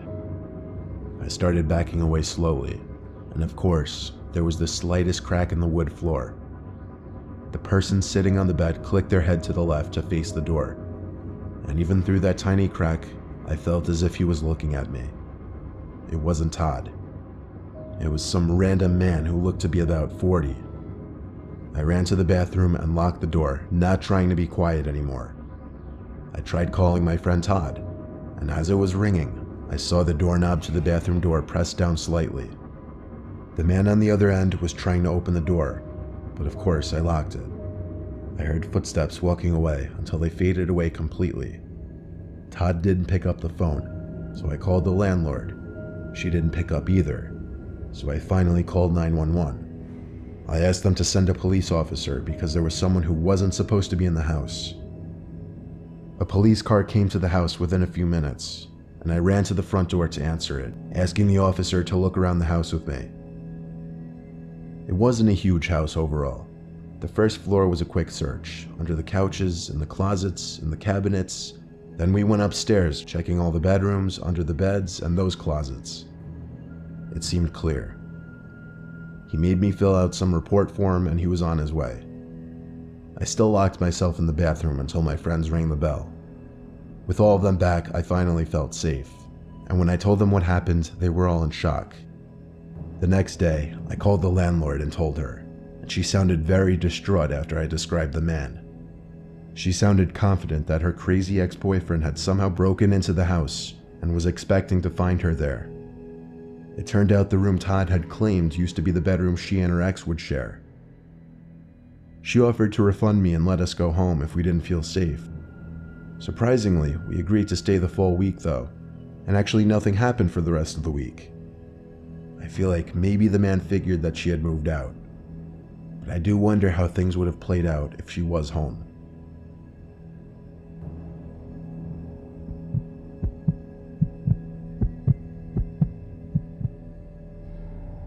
My friends and I were on spring break in Miami.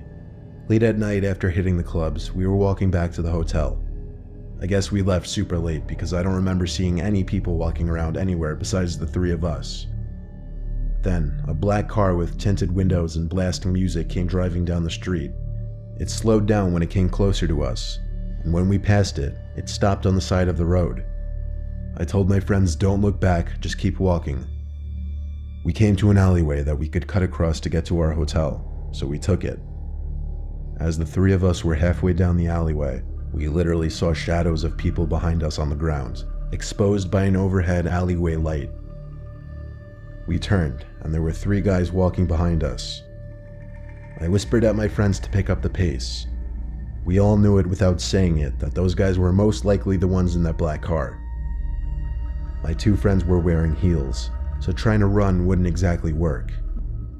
One of the guys called out to us to stop.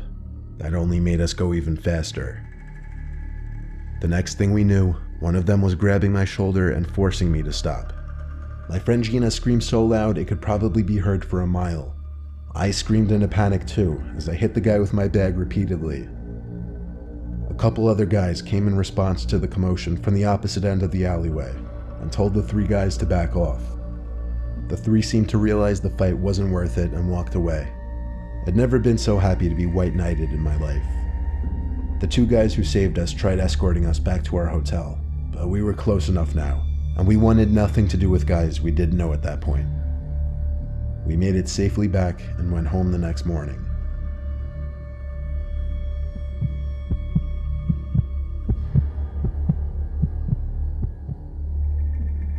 For spring break, I went somewhere most college students don't go for that oh-so-coveted week of the year. I went snowboarding in Colorado.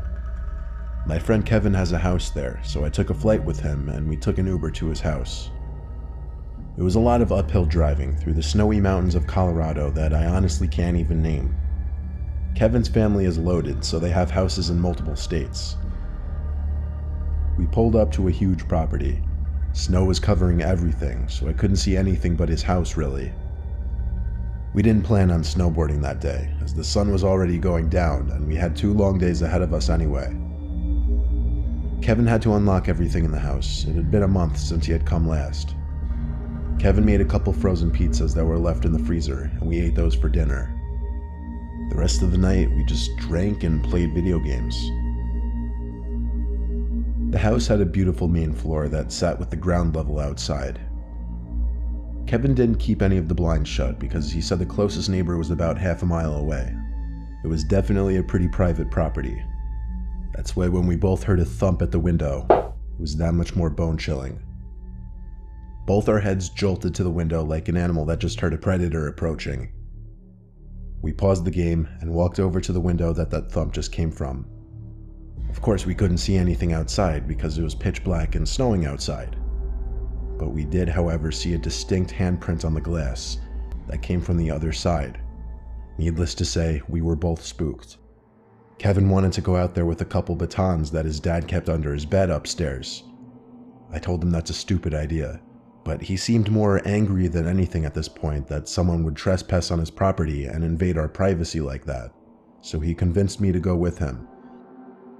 We threw back on our coats and boots and into the snow we went. I followed him since he was holding the lantern. Yes, he had a lantern instead of a flashlight. We went to the side of his house.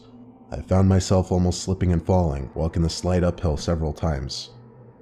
He turned on a light on the side of his house, which lit up the area by the window where we heard the thump. If our suspicion of being watched wasn't already confirmed, then it was when we saw the 2-way footsteps in the snow leading to and from the window. We started to follow them. They led into a small patch of woods, and we continued to follow. At this point, I asked Kevin if we should just forget about it. He didn't even answer me, so I knew to shut up. The footsteps left the small patch of woods and entered a clearing. Kevin stopped me and muttered, "What the fuck is that?" In the very near distance, there appeared to be these identical objects spaced out evenly. There were 4 of them. They stood tall like a person. Kevin took a few more steps forward, leaned his upper body in to take a closer look, I guess, then turned to me and said, "Let's get the fuck out of here." I hurried back with him, asking what he thinks those things were. He said, "I don't know, but they look like human silhouettes strung up on some kind of sticks." The words that came out of his mouth shook me. I never felt more relieved than when we got back to his house. This time he shut every blind in the house and double-checked all the doors. The next morning, first thing we did was walk back over to that clearing. We walked around it for about 10 minutes, searching. We didn't find any bodies or anything like that, but we did find 4 big wooden poles almost identical in size. We had zero explanation for this whole scenario. It was bizarre and it was downright disturbing. We had to debate whether to even go snowboarding that day, and we did. But I can't say I wasn't thinking about what we saw the night before the entire day.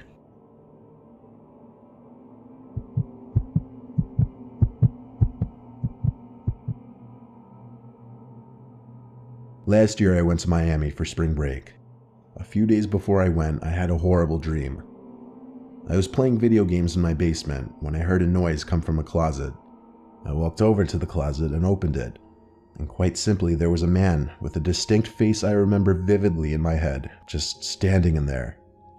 It was like my brain playing a jump scare on me in my dream, because I woke up with my heart racing. Well, fast forward our first day on spring break in Miami. We were on South Beach and there were thousands of people. In fact, you could hardly walk. I was with my friends, of course, who were probably having more fun than me since I'm not the biggest fan of crowds. All I saw around me besides my friends were unfamiliar faces, until I saw this one guy, not dancing, not moving, just standing behind a couple people, but looking at me. I made eye contact with him for maybe 3 seconds before looking away and moving closer to my friends. I told one of my friends that some older man was just staring at me like a creep. When we looked at where he was standing, he was gone. The 5 of us migrated closer to the water and music, where the crowd got even thicker and the people seemed to get drunker. I was looking around when once again, I saw that man blending in with the crowd, but just looking at me. I looked at him for a few seconds again. I grabbed my friend Trish and pointed at the man and said, "That guy keeps looking at me." She said, "Just ignore it," and she went back to dancing. I started getting this sickly feeling in my stomach about it, so I ran through the crowd and looked back every few seconds. I knew I'd seen that man's face before, but I couldn't put my finger on where just yet. I made it through the crowd and got back to the hotel room, where I sat on the bed with my hand on my head, gathering my thoughts. Then it hit me, and I felt like throwing up when I realized it. It was the man from my dream, the man who was in the closet. I texted my friend Trish and waited a few minutes for her to answer. She said she didn't see who I was pointing at earlier. She just thought I should ignore whoever it was. I went back out there and didn't see the man again, but I swear this is something that actually happened to me, and I still don't know how to explain it. I got plenty of sleep. I don't think I could have hallucinated seeing that man. But how could I see a man who had literally been in a dream I had a couple nights before? It is easily the scariest and most unreal thing that's ever happened to me in my life.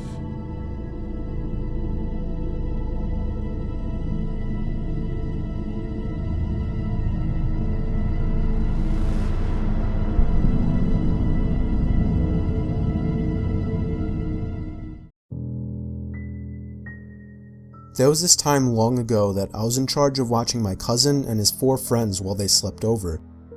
My uncle was paying me $100 to watch them for the night. All I did was play video games with a bunch of 10-year-olds for most of the night. I thought it would be the easiest $100 I ever made, but things took a huge turn for the worse when I heard footsteps coming from upstairs. We were in the basement still playing video games. 2 of the kids also heard the sounds. I counted 5 kids sitting on the couches, and neither my aunt or uncle were supposed to be home that night. I swallowed my gum when I realized the basement door was wide open. I told them to stay there while I ran upstairs to shut the door. The door didn't have a lock from the inside, only the outside. I called to the kids to hide in the workout room. I shut the TV and all the lights and then followed the kids into the workout room. We listened in the dark as the footsteps approached the basement door, and then the horrible sound of the basement door opening, followed by heavy steps stomping down each stair one by one. One of my cousin's friends were crying. I had to tell them to shut the hell up. I leaned against the door with a chair along with a bunch of barbell weights wedged against it. I listened as the door to the boiler room was opened and a few moments later closed. Screams of children filled the room as the doorknob to the workout room began to turn. I pushed the door with all my might to keep it shut. Whoever was on the other side quickly gave up as we heard rushed footsteps going up the stairs. I heard the footsteps right above our heads moving in the direction of the front door. This was before everybody had cell phones, so calling somebody first wasn't an option. I scanned the whole house, finding that the front door had been left open and all the bedrooms upstairs had been trashed. Nobody was in the house, so I called the kids up. A few things had been stolen, but as long as nobody was hurt, we were all happy.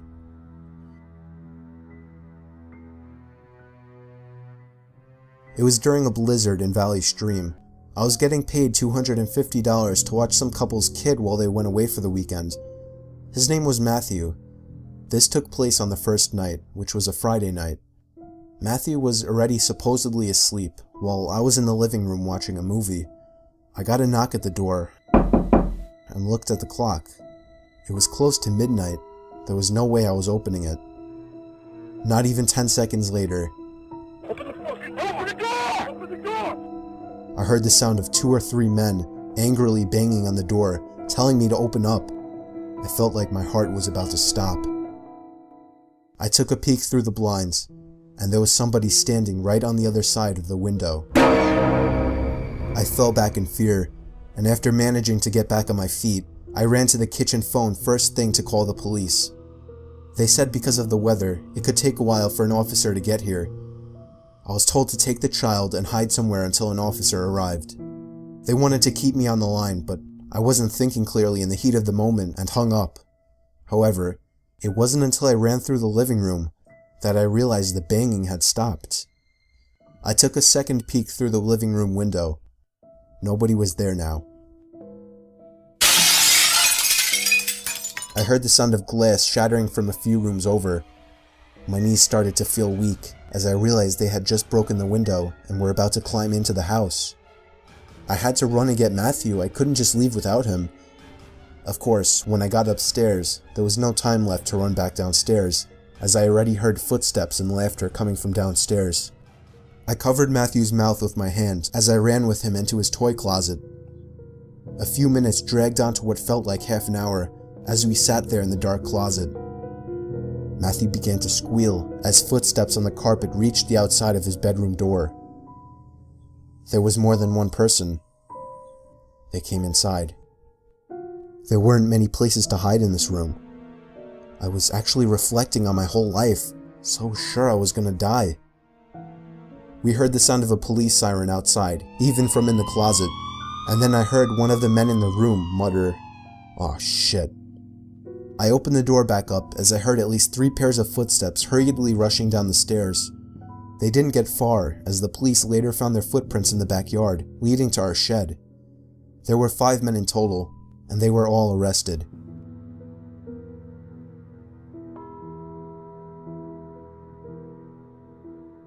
I was 15 years old, still babysitting since I couldn't get a real job.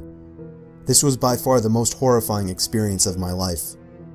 Me and this kid I was babysitting, his name was Mike, were taking a walk with his dog through the woods in his backyard.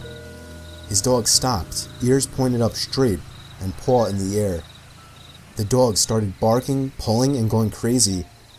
He noticed something, and we were nervous that it was a black bear, so I told Mike to turn around and walk back to the house.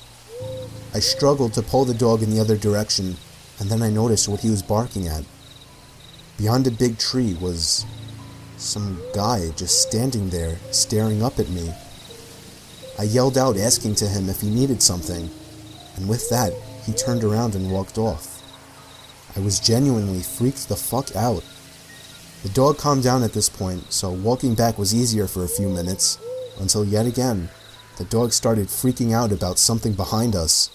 I couldn't see what it was, but I was worried it was the same guy as before, and that he might have been following me. I was tempted to unleash the dog on this guy, but that seemed like a bad idea. I didn't look back for the rest of the way back to the house, but the dog continued to bark and pull. I did the best I could to run, or at least walk fast. I made sure for a good half hour that we weren't followed to the house, checking every window and door routinely. I thought it was safe to eventually play Mario Kart with Mike and forget about what happened, but my worst fear came true, when right outside the window in the patio, I heard the sound of one of the toy buckets falling over. Turning on the patio light, I could see that a green bucket full of beach toys and balls had been knocked over. There was no way some small animal could do that. The dog was once again going crazy, barking at something. I told Mike to get me his dad's hunting rifle. Maybe that was dumb to have an 8-year-old get a gun for me, but I didn't have time to think rationally. There continued to be strange noises coming from all around the outside of the house. There was some taps on the windows, chimes being pushed, things falling over, but I eventually caught a glimpse of him through one of the windows. He was walking past until he noticed me and stopped. I lifted the gun up to show him that we were armed. He didn't run away right away though. He stood there crouched like some kind of creature, staring right into my soul. He finally walked back into the woods. I didn't sleep much that night, jumping at every small cracking noise. A week later, I got a call from Mike's parents. They told me a creepy-looking man had been stalking their house from the woods. They asked me to describe what the man that I saw looked like again. I couldn't give a good description, as I didn't see much of his face, but I assured them it was the same man. They practically begged me to babysit on a few occasions after this, but I always respectfully declined. That was a while ago, and I have no idea what's become of this family today, and what's become of the man stalking their house.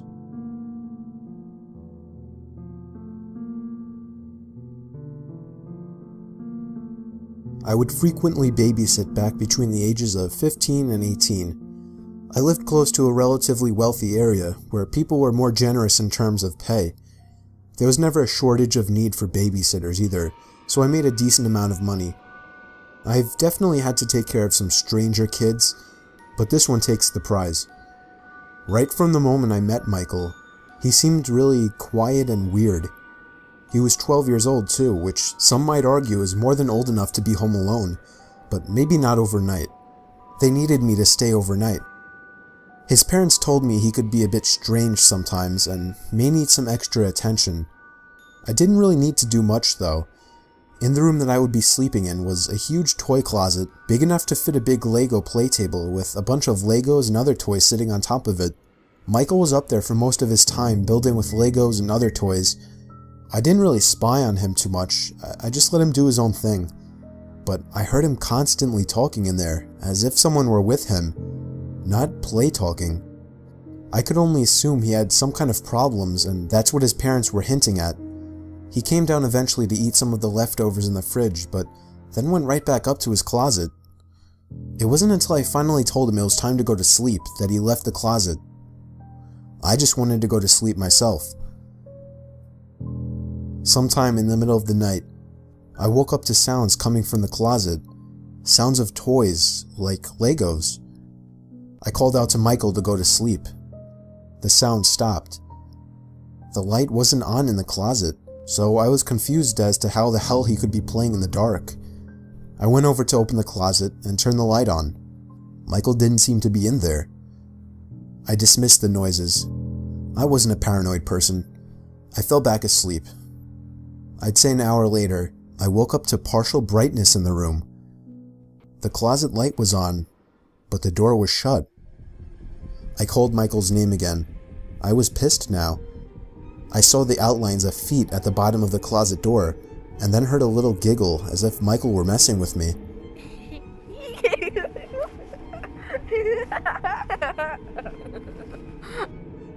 I knew he was in there now.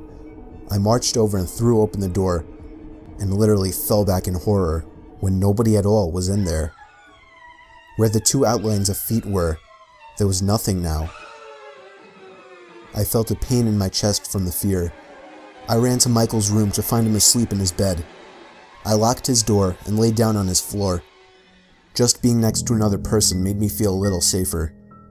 I fell asleep on the floor, and when the parents returned the next day, I decided to keep quiet about what I witnessed.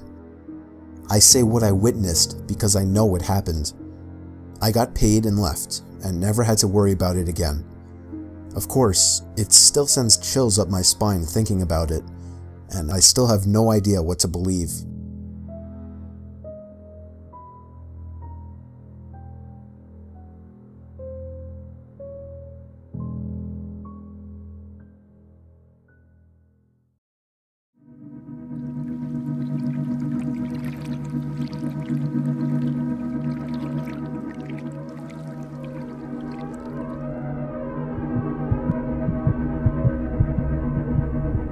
I'm 28 years old now, but I vividly remember a horrifying incident that occurred when I was a 22-year-old college student.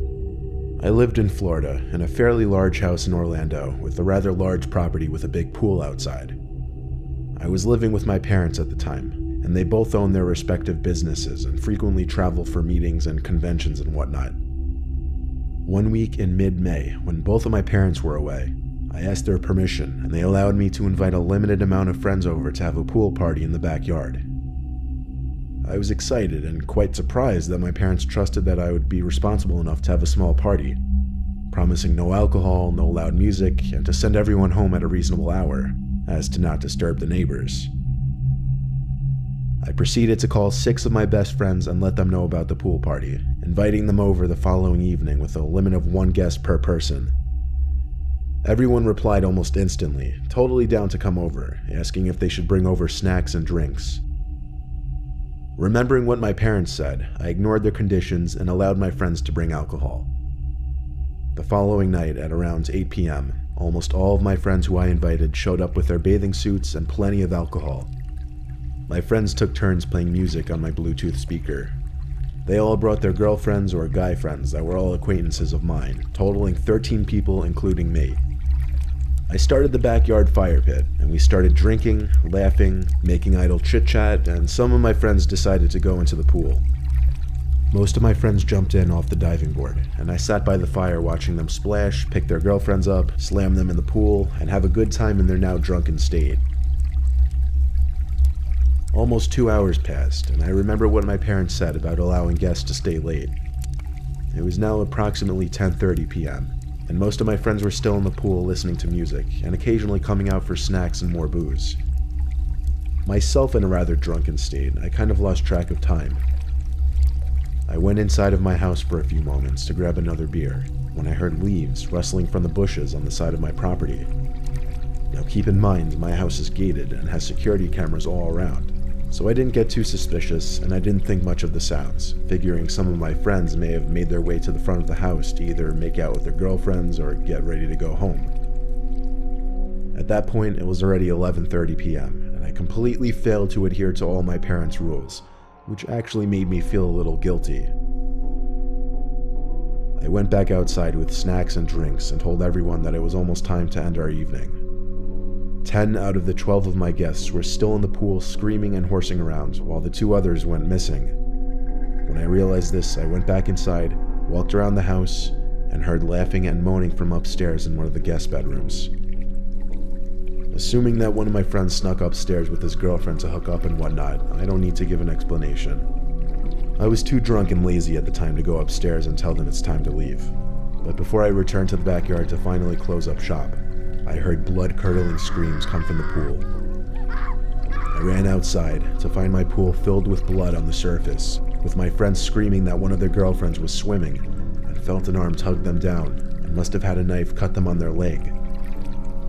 All of a sudden, an unfamiliar face, a guy probably in his late 20s, with long scraggly hair, a scruffy beard, tall with a couple tattoos on his body, emerged from the pool and ran out in a pair of fatigue cargo shorts and bolted to the front of the house. A few of the guys tried to chase after him, but they couldn't find where he went. We all panicked and took my friend's girlfriend and went inside the house, with a couple from upstairs hustling downstairs to see what the commotion was. I locked the doors while calling 911 requesting an ambulance. When the police and paramedics came to my house, they took the injured girl into the ambulance, and the rest of my friends left the house, confused and shaken up by the events that just took place. The police and I went to review the security footage, and lo and behold, when I heard that rustling in my bushes, there was the guy, who somehow made it over my gate undetected, went to the side of the house and casually blended in, and went into the pool with the rest of the guests. Stupid me didn't think of checking the surveillance system. Too drunk and concerned about my friends having a good time, that I irresponsibly let an intruder enter my parents' property undetected. I gave the footage to the police, but to this day, they were never alike to identify the intruder, and of course when my parents returned, they found out what transpired, scolded me, and never allowed me to have a party in the house again.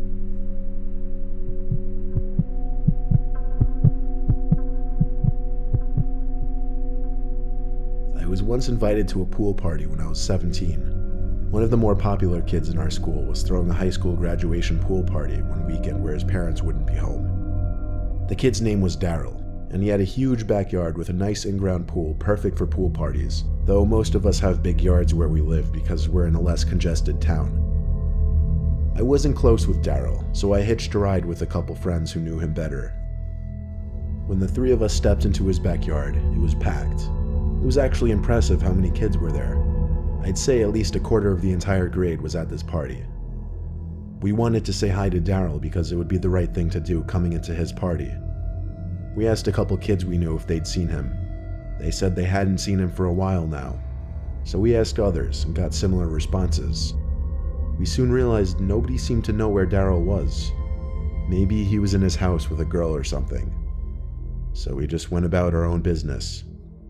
We played beer pong, people splashed around the pool, and the night became a daze overall. I didn't jump in the pool because I didn't bring a bathing suit and I just didn't want to get wet.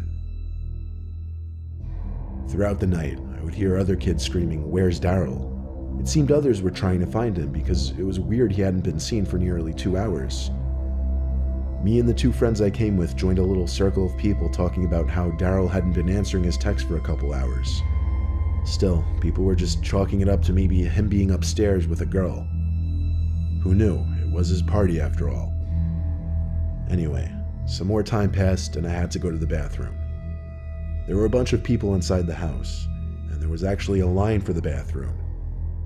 I opened a door in the hallway and it led to the basement. My house had a bathroom in the basement, so I figured there was a chance this one did as well. I turned on the light in the basement and walked down.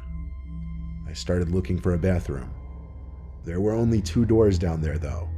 The first one led to a closet. There was another door on the other side of the basement. It was shut, so I went over to it and tried the doorknob. It was locked. I knocked on the door. There was no answer. The thing about this lock though, it seemed I would be able to pick it unlocked simply using my fingernail. So I did just that. I knocked again before opening the door. I was expecting to see a bathroom, but instead I saw a big pitch black room. It seemed to be a boiler room. However, there was the faintest little yellow light emanating from what appeared to be some kind of boiler machine in the far corner of the room. And in that light, I could see a person, surely a person, standing right in the back of the room. My heart dropped when I saw the person duck down behind something. I thought, what if that was Daryl? I looked for the light switch and found it. It was one of those hanging switches that you pull down. I turned the lights on and went over to where I saw the person hide. The room was cluttered with tables and a washer and dryer machine, so the walking space was kind of arranged in a circle. When I got to where I saw the person not even 20 seconds earlier, I saw Daryl laying on the floor in a bloody mess, apparently passed out. I looked back up to the door to the boiler room when I heard footsteps coming from that direction. There was someone rushing out the doorway, but for a split second they looked back and I instantly recognized the face of a kid named Todd from our grade. He was a very quiet kid that creeped out a large amount of people in our grade. Instead of calling the cops and tending to Daryl, I ran upstairs hoping to catch up to Todd to make sure there were other witnesses to his presence there that night. I made it upstairs to the hallway and started to scream for people's attention. Everyone who was in the living room came to look and could see Todd rushing out the front door. They saw him. They were now witnesses to his being there. I told them all to come downstairs and see what he did. I would have considered rushing to tackle him, but I didn't know what weapons he had on him. When we all got downstairs, we saw multiple stab wounds in Daryl's legs. First thing we did was call 911 for police and an ambulance. Daryl was rushed to the hospital, while at least 10 people vouched for me when I saw a kid in our grade named Todd at the scene of the crime. That same night, police apparently raided Tom's house and he was arrested. I'm pretty sure he's still in jail. Not sure if they got him for attempted murder or what. Daryl is fine now, but everyone believes that Todd did what he did out of jealousy of Daryl's popularity. Todd didn't seem to have any friends in school and would often be picked on by kids in Daryl's friend group. I'm not saying Todd was justified at all, but it's scary what bullying can drive some people to do.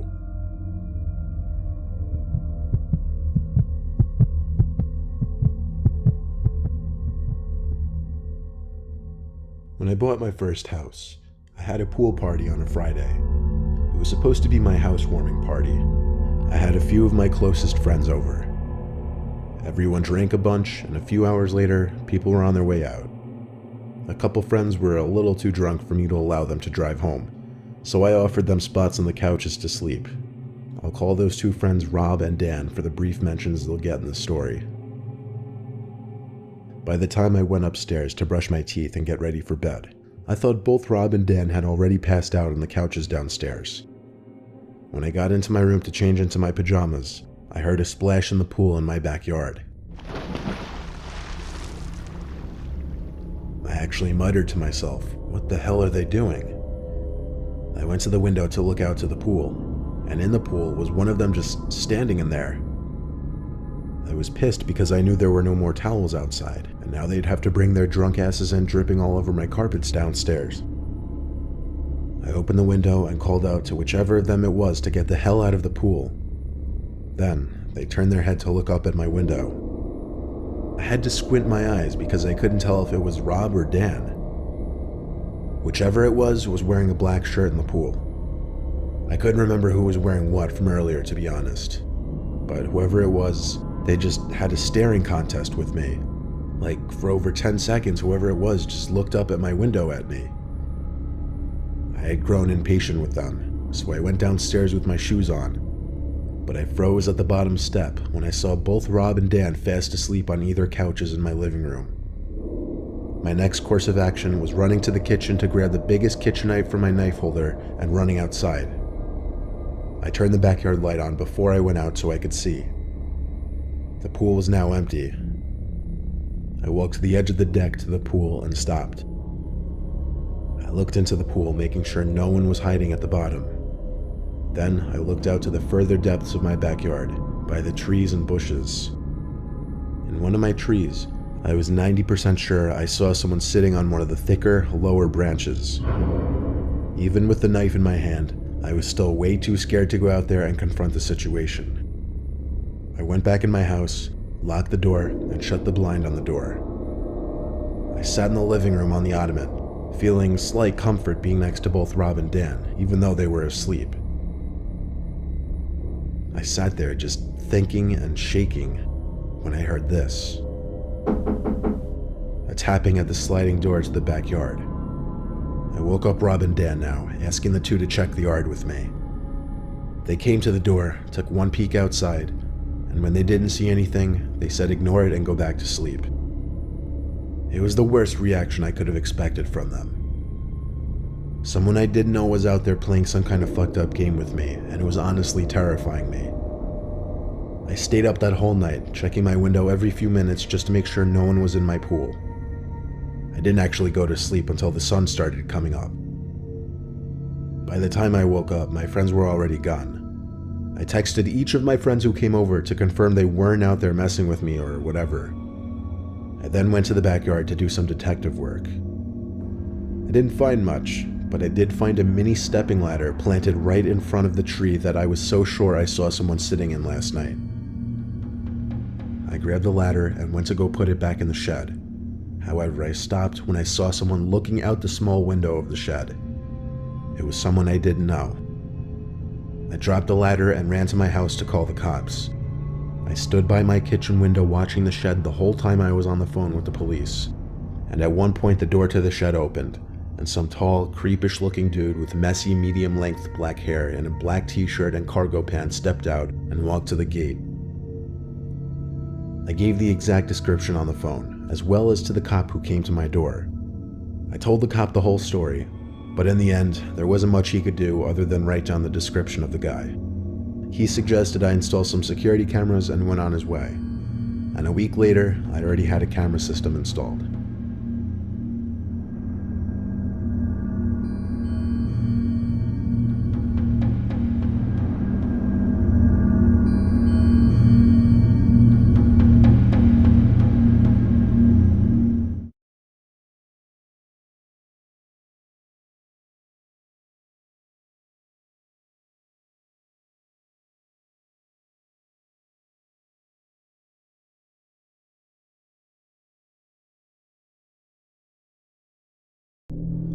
My name is Aiden. I live in rural Vermont with my parents and two brothers.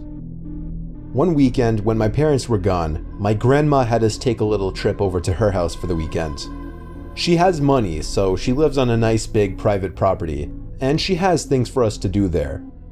It was the closest thing to a vacation that we'd get all summer.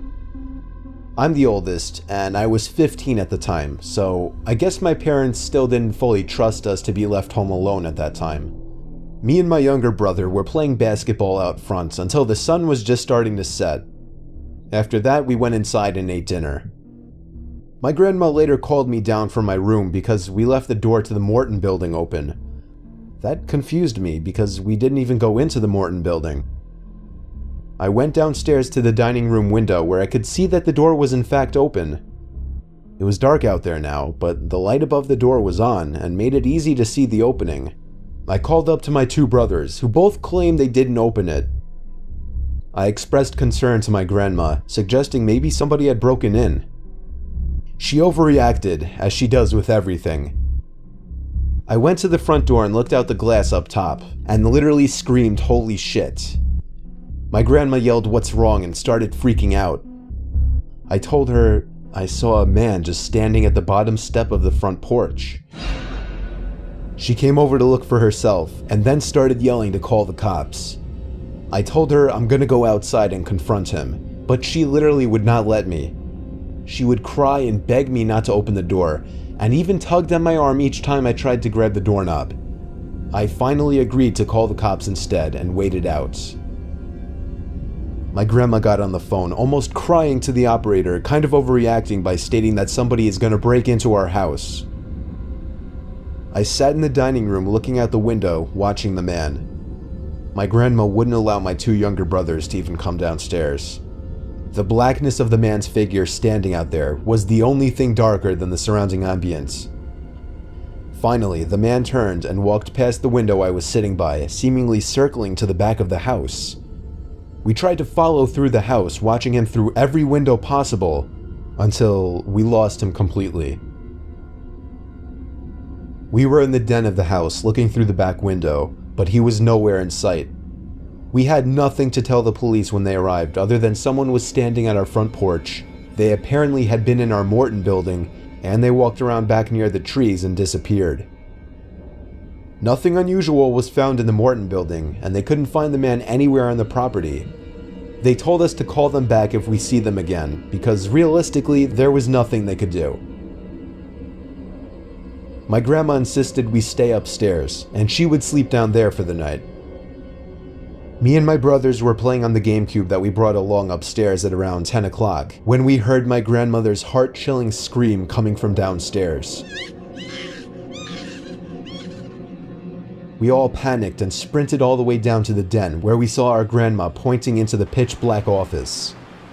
She said there was someone in there. I closed the door and told my brothers to help me lean up against it while Grandma once again called the cops. The cops arrived, and to our surprise, found the man laying on our grandma's office couch. He was very open about his intentions, spending the night in the warmth of the house. There were 2 windows that you couldn't exit from in that office, meaning the door we were blocking was the only exit. He admitted he simply entered the house through the den window, which was not locked. My grandma is 92 now. She's always been a skittish, worrisome little thing, but this event only made her that much more paranoid with just about everything.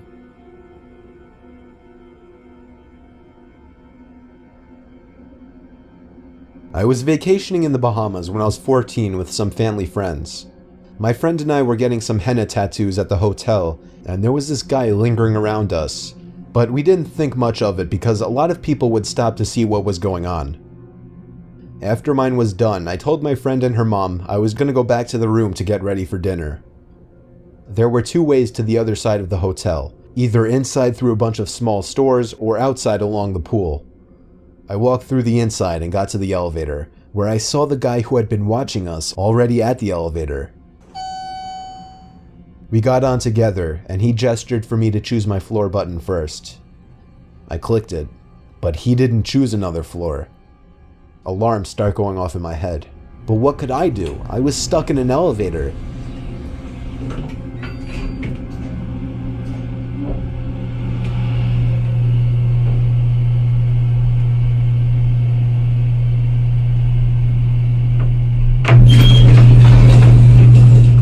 The elevator stopped on my floor, and I started walking to my room.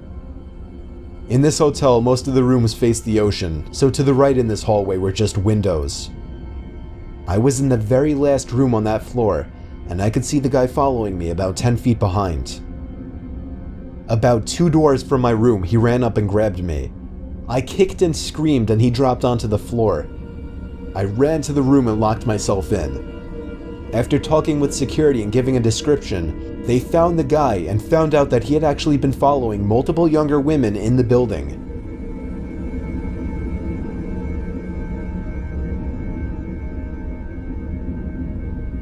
It was a few weeks ago. I took a trip with my wife Allison to a top of the mountains resort a few hours from our house. Out of respect for the family-run resort, I won't be mentioning the name. It was a couples weekend, so the itinerary would be heavily catered to adults rather than its usual family orientation. The resort had a very old-fashioned, country-ish feel to it, Everything was built from wood. Our room was huge. It was actually 2 rooms combined to one, with the door that usually separates the 2 having been left open. The first night was actually a singles mingle night in the basement club just below the dining hall, even though it was meant to be a couples weekend. So we just played some late night shuffleboarding, conversed with a few other young couples, and drank at the bar for a bit while listening to an amateur musician playing guitar up on the stage. When we got back to our room at around 12:30, there was a rather disgusting smell. A new smell that wasn't there earlier. It smelled kind of skunky. Allison kind of playfully smacked my chest and accused me of smoking pot. However, I assured her I haven't even done so since I was in college.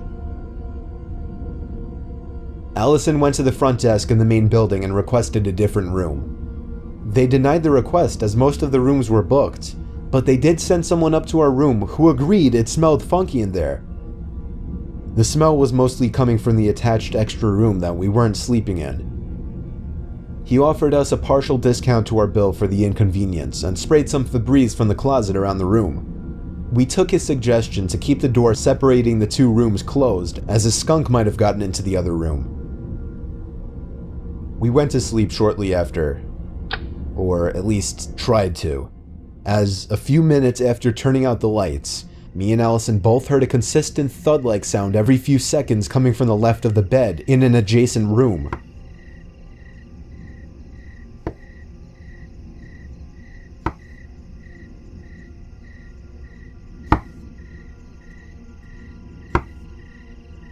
We tried to ignore it and just wait it out, hoping it would stop, but it just became too annoying. I was sure it was some kind of rodent making the noise in the next room over. I took a broom as a weapon and went into the connected room. I checked in the closet and under the bed. Nothing. The sound had stopped as well. I was heading back to our main room when I noticed something in the corner. I didn't turn my head fully in fear of what I knew I was going to see. But through my peripheral vision, I saw a very tall, black figure-type object in the corner of the room. After locking the door connecting the 2 rooms, we once again phoned the front desk, and they immediately sent the owner of the resort up with a gun. The door to the hallway on the other side of the room was open, meaning the thing I saw in the corner was a person, and they made a break for it as soon as I left the room. The owner actually told us that we were smart to call, as there had actually been some creeps coming to the resort, stealing food from the cafeteria and sneaking into people's rooms at night.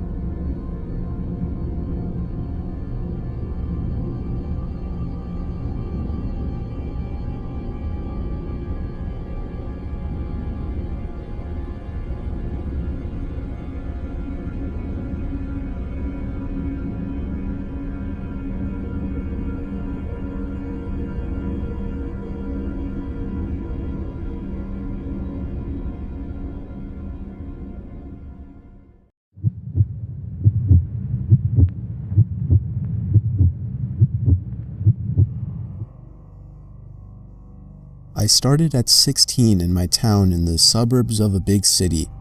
At first, they put me to help the chef in the kitchen and clean the place and stuff. 2 months later, my boss told me that on the days off of the main delivery boy, I would deliver, and I said yes, of course. Then all of a sudden, the delivery boy quit when he came from delivering a pizza at this one house. He looked traumatized and shaken, like something with his face and his eyes. He went into my boss's office and they argued for about 15 minutes. Then he came out and said, "Good luck, kid," then told me he had quit. I asked why and he said, "Just a shitty job, that's all." He then patted me on the back and left. I knew it was something else than just a shitty job, but I didn't think much of it. That was the last time I saw him. So for the next couple of weeks, I was the delivery boy till they could find someone that can deliver pizzas. About 2 weeks into me delivering pizzas, my boss gave me the address to a house, and as usual I put in the GPS and went over. Watching the sunset while driving over there, I was hoping it'd take 2 minutes tops so I could get home. Unfortunately, it was in the rural side of town, where the houses are like a quarter mile from each other. I stopped in front of the 2-floor house and looked at it. I got the creepiest feels when I stared at it. Lawn not cut, with weeds, dead trees, and the old porch with no chairs or flower pots or tables, just plain. It seemed abandoned, but I got out anyways and knocked on the door. I was hoping my boss gave me the wrong address or something so I could get the hell out of there. Then the door lock started to shake and the door opened. It was an old lady, at least 70 years old or something around there, with white hair, teeth missing, and skinny, very short too, but her eyes just glaring at me. It really freaked me out. I figured if I was nice, things would turn out okay after all. "Pepperoni pizza, ma'am?" I said as friendly as I could. "Yes," she said with a hoarse voice as if she had a sore throat. "Alrighty, here you go." I handed the pizza over, but she just looked at it with no emotion and didn't take it, getting her purse. "Did you come with someone else?" I froze, then quickly looked up at her, still glaring at me. That question really frightened me. No," I said. "Where's the other one? He ran off on me last time he came." Ran off, I thought. It didn't make sense. "He quit some weeks ago," I said. Then she got her purse and started searching for money, or so I thought. She did for about a minute, the longest minute ever, and with the hands in her purse, she stopped and looked at me, not in a look of surprise or in confusion, but just like as if she was thinking really hard on something. I could tell she was holding something in her right hand inside the purse, but I couldn't see what. I really started to freak out at this point. What if it was pepper spray, or a knife, or even a gun? I mean, what could take her so long to get $10 out of her purse? Then, behind her, I saw a shadow. A silhouette of a man coming to the door, and all of a sudden, I heard footsteps crushing the leaves on my left side next to the porch, and a man's deep voice saying, "Hey." I looked over and saw a head of a middle-aged man with a look of anger peeking over the porch. This guy then started to climb the porch, and that was when I realized I had enough. I darted to my car, threw the pizza inside, turned it on, and drove off. I didn't look back as I drove off in the dark. I had to lie and pay for the pizza out of my own pocket, but it was worth it. On the day I quit, I decided to tell my boss what happened that evening, to which he freaked out as well and asked me why I hadn't told him. He said James told him something like he just walked out of there and didn't pay attention to her.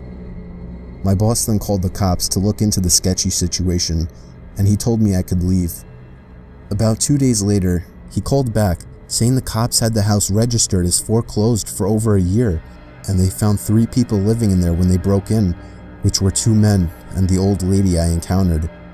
They were arrested, and he didn't tell me anything else.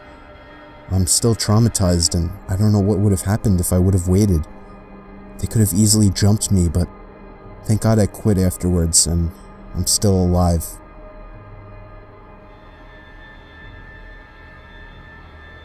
I'll never forget the time I was covering my friend's shift at a pizzeria we worked at. He was the delivery boy, while I was usually the one manning the register. On that night, I made 2 real deliveries to normal people. Then, my manager gave me one final delivery for the night.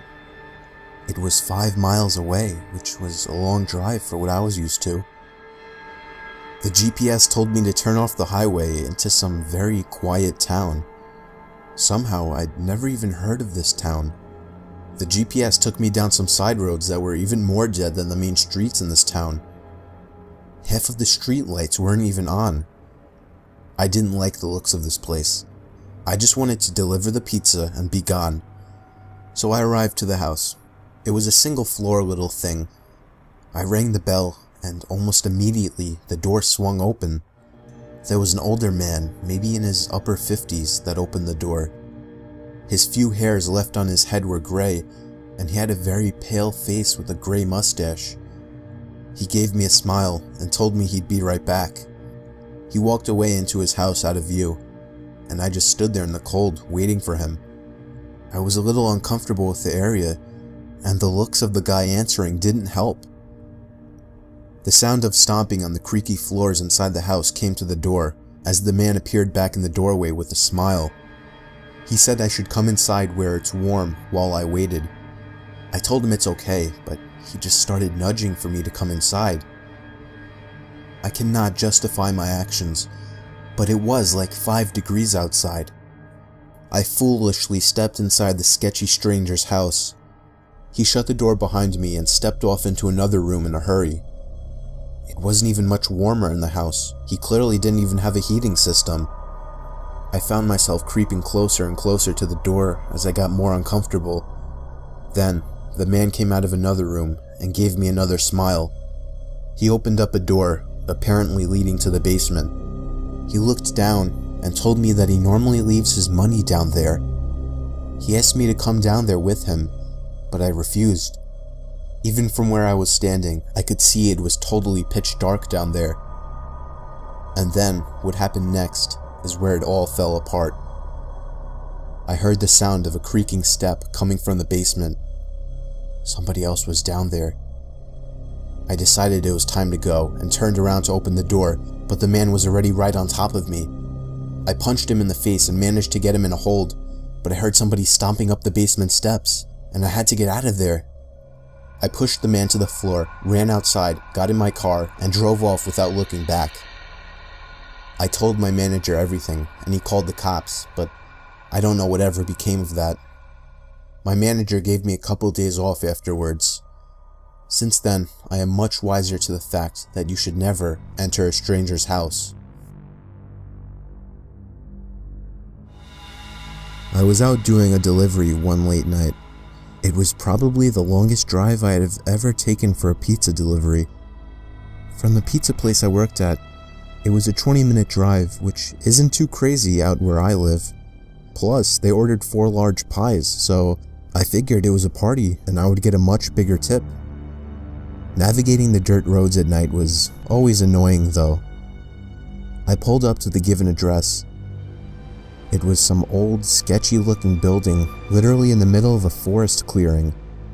There were no cars parked anywhere, or any lights on. I put my car in park and called my boss. I asked him to reread the address at least 3 times to make sure I typed it in right, but that checked out. I could tell he was in a really bitchy mood, and he told me to at least knock on the door and check it out. He would normally get mad if we took back 1 pie, but I was afraid of what he would do if I brought back 4. I was insanely unnerved, but got out anyway and forced myself to the front door of the building. There was no doorbell, so I just knocked really hard. I heard nothing and didn't really expect to hear anything. I was extremely disappointed, not because nobody answered the door, but because I was realizing that it was all a waste of time and gas.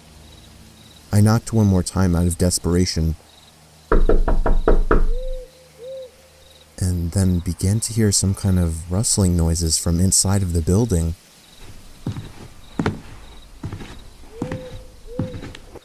I knocked again and yelled that I was the pizza guy. There was silence now. I felt a bit more uncomfortable now than before. But before I could turn around, I noticed something at the window. There was someone looking through the window. I couldn't tell if it was a man or a woman. All I noticed were their eyes. Their eyes were open wider than I knew possible, staring intently at me. I was disturbed enough by this and dropped the pizzas and ran back to my car. The shitty thing wouldn't start until turning the key for the 3rd time. I drove off the grass and back onto the dirt road, but I felt the car rocking about, shaking and bumping. Something wasn't right. I didn't make it far from the building before I started hearing a sharp scraping sound coming from outside. There was so much resistance that I couldn't even drive. The car came to a stop. I got out of the car to check what the hell was wrong. A chill ran up my spine as I began to feel like my heart was constantly skipping beats. My tires had been slashed, and had completely fallen off the rim. Not just the front though. All 4 tires were slashed. I realized somebody did this when I was knocking on the door to that building. Instead of running, I got back in the car and locked the doors. I was so close to that building, I could practically see it from where I was, if it weren't for the trees blocking the view. I dialed 911 and explained everything to the operator. She told me the cops would be over as soon as possible and that I need to stay hidden. I asked her if it was advisable to stay in the car or run, and she told me it would be best to stay in the car with the door locked. She asked me to stay on the line with her until the cops arrived. My whole body was shaking. In all directions, there was nothing but dark, seemingly endless forest. I knew it would take forever for the cops to get there. I was not comfortable with sitting in that car so close to whoever did this. The next part, though, is what utterly destroyed me. It still shakes me to this day, and I hope nobody ever has to experience this kind of fear. As I was scanning all the windows, making sure nobody was outside, I looked in the rearview mirror, and there was the same person I saw at that window. Eyes open wider than ever. I could see now that it was a woman, and I could ever so slightly see a smile begin to spread across her face. I opened my door and full-on sprinted into the woods, not caring how much noise I made. I ran until I was out of breath, which didn't take long, and I hid behind a giant log on the ground. I tried to cover my loud breathing with my hand, as I waited and waited for what felt like hours, until I finally heard sirens in the distance. I gathered up all the stamina I had left to run all the way back in the direction of the dirt road. Eventually, the glowing red and blue lights came into view, and I had never felt better in my life. They were parked in front of my car, investigating with flashlights. I came out yelling at them like a lunatic to help me. I fell to the floor and started to gag, almost throwing up from running so much. They picked me up and began to question me, to which I explained everything to the best of my ability. One of the 2 cars drove over to the building, and the 2 officers began to search the building. They came back with nothing except for a couple of spiky objects. These objects were exactly the same as the ones used to slash my tires. The cops guessed that it was some kind of sick, demented couple, being that I saw the woman, but unfortunately they were never found, and that still kills me to this day. I obviously quit my job right after that and started working at a local grocery store.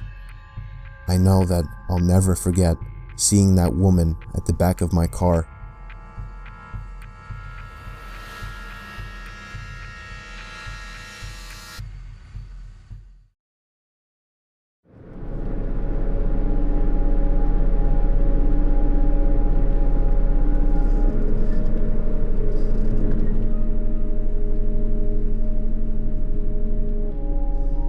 I've been a trucker for varying companies for 10 years. 3 years ago, I was working for a warehouse company in Kansas doing shipments. I usually drove a semi, which is what I was behind the wheel of on February 2nd. It was a cold Monday, so the week was just starting and a lot of loads needed to be shipped, so I was trying to bang it all out quickly. I started driving at 3 p.m. and intended on getting to the destination that same night. I didn't want to have to pull off on the side of the road somewhere to sleep.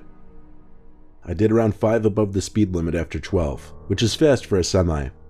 I was starting to feel very tired, but the destination was less than an hour away, and I figured I could do it. My eyes were getting dry, and it was starting to become a chore just to keep them wide open. I splashed some water on my hand and then rubbed it on my face. It helped a little bit in waking me up. My truck was the only vehicle on this road at this hour, so besides my headlights, the road was completely dark. I remember reaching to take a sip of my water and almost spitting it out when I saw a figure approaching fast up in the distance. I hit the brakes hard, and as the truck slowed down close to a halt, I could better distinguish the features of this person almost standing in the middle of the road. He seemed to be wearing all black, with some kind of black scarf wrapped around his neck, and he had an unnaturally long neck. I know it's a weird thing to pick up on, but it was almost freaky looking. His face itself, however, was a complete blur. I couldn't make out any features. As my truck slowed down and got closer to this mysterious man, I was about to roll down the window to ask if he needed a ride, but he just turned to his left and darted into the woods. I didn't take an extra second to stop and think about it. I just pressed on the gas pedal again and moved on. Regardless of how freaky it was, I was in a rush. In fact, it wasn't even until about 20 seconds after that my heart really started racing from taking in how strange it really was. Maybe 5 minutes later, I was able to get over it. But just like that, something else happened. As I was back to my cruising speed, I saw something run across the street in front of me. At first, it looked like a big animal, but as I got closer and it crossed into the woods, I realized it looked like another person. I didn't even tap on the brakes this time, I just kept going. I kept zooming down the road, maybe even stepping on the gas a little more just because I was starting to get freaked out and wanted to get there faster. Another few minutes went by with nothing happening. However, I was getting increasingly tired, and at times I was even swerving into the other lane a little bit. 40 minutes or so left in the drive, and I didn't know if I could make it anymore. I started looking around for good places to pull over and park for the night. There was eventually a little opening on the side of the road made of gravel. I guess it was meant to be just a little parking rest stop kind of thing. I pulled the semi into it, parked it, and leaned back and rested my eyes. I fell asleep for not even an hour, just to wake up out of nowhere to the darkness. I still don't know what woke me up, but as I looked outside through the windshield, something in my gut was telling me to turn on the headlights, and so I flicked the knob and lights lit up the surrounding area in front of my truck. There was something in front of the truck though. A man. That same man with the black scarf I'd seen earlier standing on the side of the road. Now I could see his face much clearer. He had a very wide smile and his eyes were open as wide as possible, and he looked right at me through the windshield. I turned the truck on and pulled it out of that little clearing as fast as possible. I didn't know what to think. How could he have walked 10 miles from where I'd seen him last? I didn't stop again that night until I made it to my destination. From there, I fell asleep in the parking lot and woke up early the next morning. Now, the only logical explanation I could think of is that my mind was playing tricks on me because I had been seeing strange things all night. I've never heard of a hallucination being so vivid and terrifying though, and that's the part that still really confuses and scares me.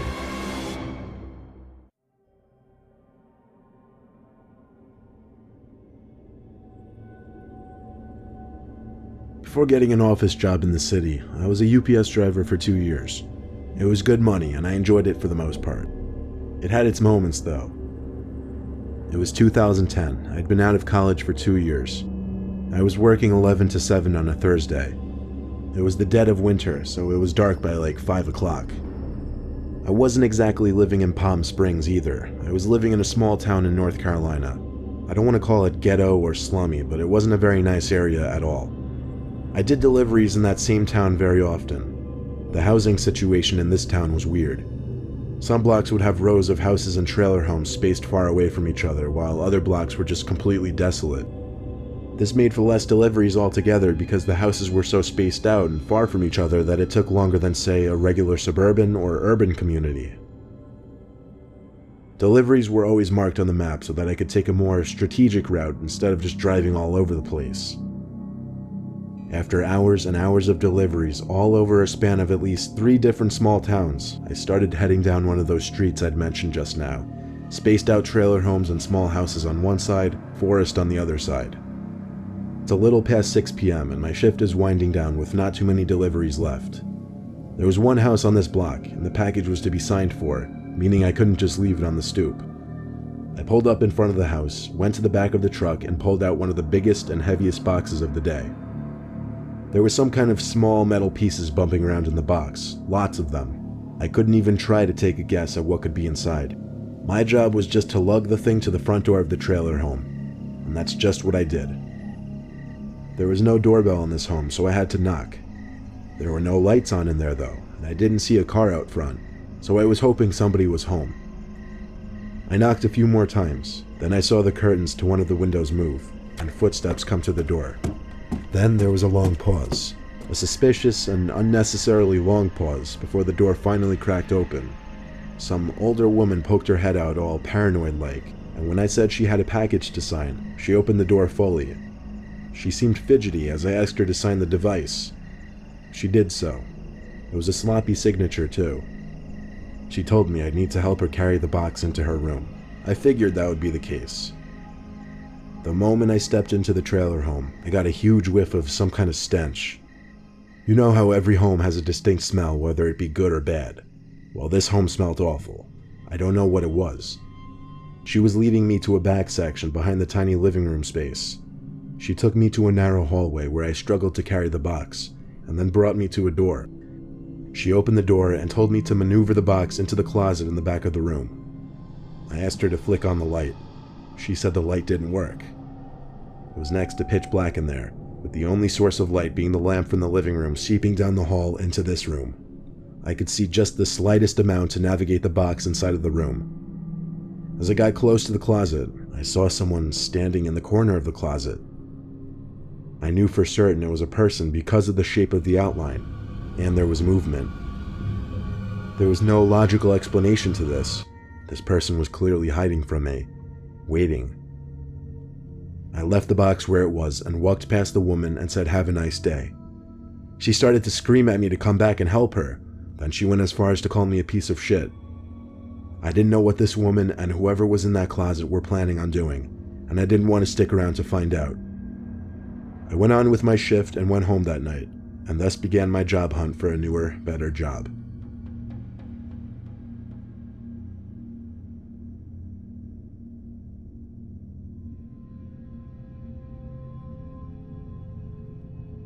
I've been a truck driver since I was 25, and I've done a lot of night drives and of course had my fair share of odd experiences. I did deliveries for a number of different types of companies. Often I'd have to drive across state to make shipments to the receiving companies or stores. One day I had to drive literally from one side of California to the other to deliver a trailer full of wooden furniture items. Much of the drive was through open desert roads. It was going to be many hours, and I already had a late start to the day, so I knew a majority of my drive would be in the dark. Given the nature of these desert roads at night, how straight they are and how little traffic there is, it meant I could push the truck a little faster than I would on other roads. This meant that when I saw the flashing rear lights of a car in the horizon, I had to hit the brakes a little extra hard to bring the truck to a stop when I finally pulled up behind the car. It was an old Chevy Impala parked on the side of the road in the desert dirt. It had its hazards on. I got out of my truck because of course I had to be a good Samaritan and check if they needed help. I walked over to the car and tapped on the window, only to get no kind of response. I bent down a little to look into the car through the tinted window. There didn't seem to be anyone sitting inside. I did the same thing for all 3 other seats, and could confirm there wasn't anyone in the car. So I looked out into the cool, dark desert that the road ran through, though I couldn't see any further than maybe 20 yards in front of me. I was feeling especially hopeful this night for some reason, so I went back to my truck and got a flashlight from the toolbox that sat underneath the passenger seat. It was a heavy-duty tactical flashlight that was so bright it would hurt your eyes to look directly at it. As soon as I turned it on, it revealed what appeared to be an abandoned gas station on the side of the road. Apparently I hadn't noticed it before. I guess the reason I didn't realize it before was because the whole fill-up or parking area was basically dirt. There wasn't any concrete. There were also only 2 gas pumps. Behind them was a small building, probably an old quick-stop store at one point. It would make the most sense that whoever's car was over there would be in that building. I went to the front door, which was permanently jammed open, and the flashlight lit up a decent portion of the room inside. It was what I thought, a big convenience store you'd find at many gas stations, or at least it used to be. It was no wonder it didn't last on a road like this, though. I called out to let anybody know of my presence, and that I was there to help. There was the slightest bit of echo in the room, which gave me chills for some reason. Then I heard something, probably a shoe, scrape against the floor on the opposite side of the room, behind a few shelves that were probably once filled with snack items and drinks. I called out once again, offering my help if it was needed. Then I heard a deep, heavy whisper saying, "Get out." I understood what was said immediately, but I didn't understand why whoever said it would say that. I was also hearing heavy breathing in one corner of the room, It was enough to make me get the hell out of there in a hurry. On my walk back to my truck, this is what I heard.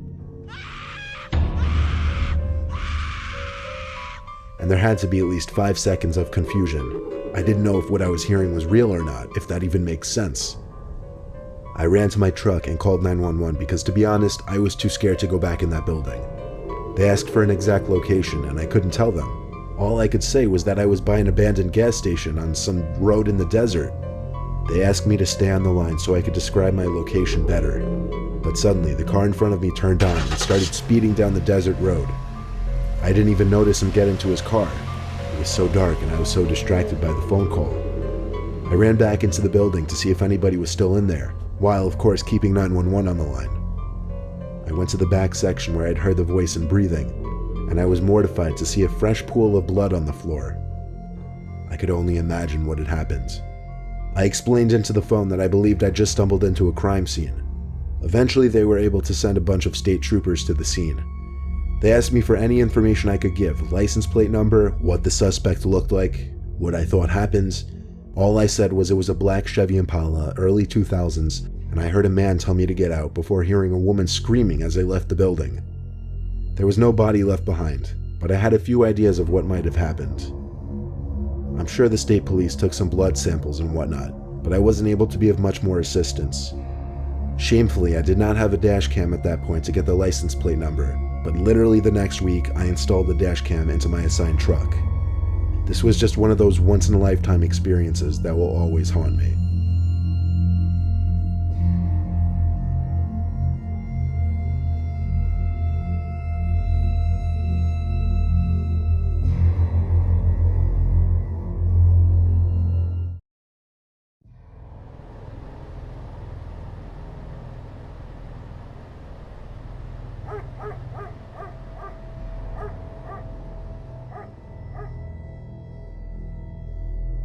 I live in Dorset, Vermont. It's a very secluded, mountainous place. There's lots of trails on the mountain that I like to walk or jog down commonly. In fact, I'm able to cut through the woods in my yard to get to a trail that I walk and run down all the time. One day after getting home from work, I changed out of my work clothes and into my running clothes. By 6:45, I was ready to get on the trail. On this particular day, I took along my coonhound, Murphy. We did 5 minutes of walking. Then we started with a slow jog. Murphy is always a joy to walk because she doesn't pull. She always just stays calm at my side. The trail is wide enough for her to always stay by my side, maintaining my speed. I was always looking up when I ran, which is why I didn't notice that Murphy stopped in her tracks until I felt the leash pull her neck, at which point I stopped and looked back at her to see what was wrong. She was looking behind us, and her ears did that little bouncing thing that hound dogs' ears do when they hear something. I mean, we were in the middle of the forest, so there was any number of things she could have heard, anything from a deer to a squirrel to another person on the trail. I tried to pull her forward to continue our run, but she seemed persistent and reluctant to move forward. I played along for a few moments to let her see that she was curious over nothing, but it wasn't nothing, because I finally saw what she was looking at. There was a man back down the trail in the direction we came from. He was clearly not hiding the fact that he was looking at Murphy and I. I waved at him to try and be friendly, and then looked down at Murphy as I pulled her and told her to come. She finally budged and started running by my side again, not without looking back twice at the man. It's happened before though. People on these small trails would commonly wait for me to move ahead so they could avoid passing the dog. Usually they'd be out earlier in the day though. At this point it was on the darker side, and usually there wouldn't be other people out. I also didn't notice if the man waved back or not because I looked down at Murphy after waving. But at that moment, I still thought everything was normal. That is until maybe a minute later when Murphy stopped me again. This time she looked ahead of us and started barking. I saw who she was looking at right away this time. It was another man walking slowly towards us. I waved to him too, but he didn't wave back. I was standing still, holding Murphy close, expecting the man to eventually pass me, but the closer he got, the slower he went. When he got within hearing range, I told him that Murphy's friendly and that he could pass. Now here's when I knew something was up. After I said this, The man maintained eye contact with me, keeping his straight face as he very slowly continued approaching us. Then I noticed Murphy turn around and start barking in the other direction, behind us. I turned and almost had a heart attack when I saw that man from earlier, maybe 5 feet away from us, slowly approaching as well. I knew now something bad was about to go down. There were only a few seconds between that moment and the moment I felt 2 arms reach around me from behind. Then the first man I saw earlier started full-on charging me. Murphy's barks turned to aggressive growling and rabid dog-like barks. Then one of the men screamed as apparently Murphy bit him in the leg and wouldn't let go. This forced the man to release his grip on me, giving me a chance to tackle the other man to the ground. It took a little force to get Murphy to release her grip from the man's leg, but when she did, we ran back down the trail. The man who I tackled didn't try fighting back after his friend got bitten. I think he realized they were outmatched at that point, but I was still not sticking around to find out what their intentions were. We got back to the house in 5 minutes, only because we sprinted back. I checked Murphy to make sure she wasn't hurt or wounded at all by the man she bit. She was fine. I couldn't be more grateful for her. She's still alive and well. She's 9 years old. I still see it as a blessing in disguise that one of the few times I decided to take Murphy along with me was the same night I ran into those 2 men in the forest.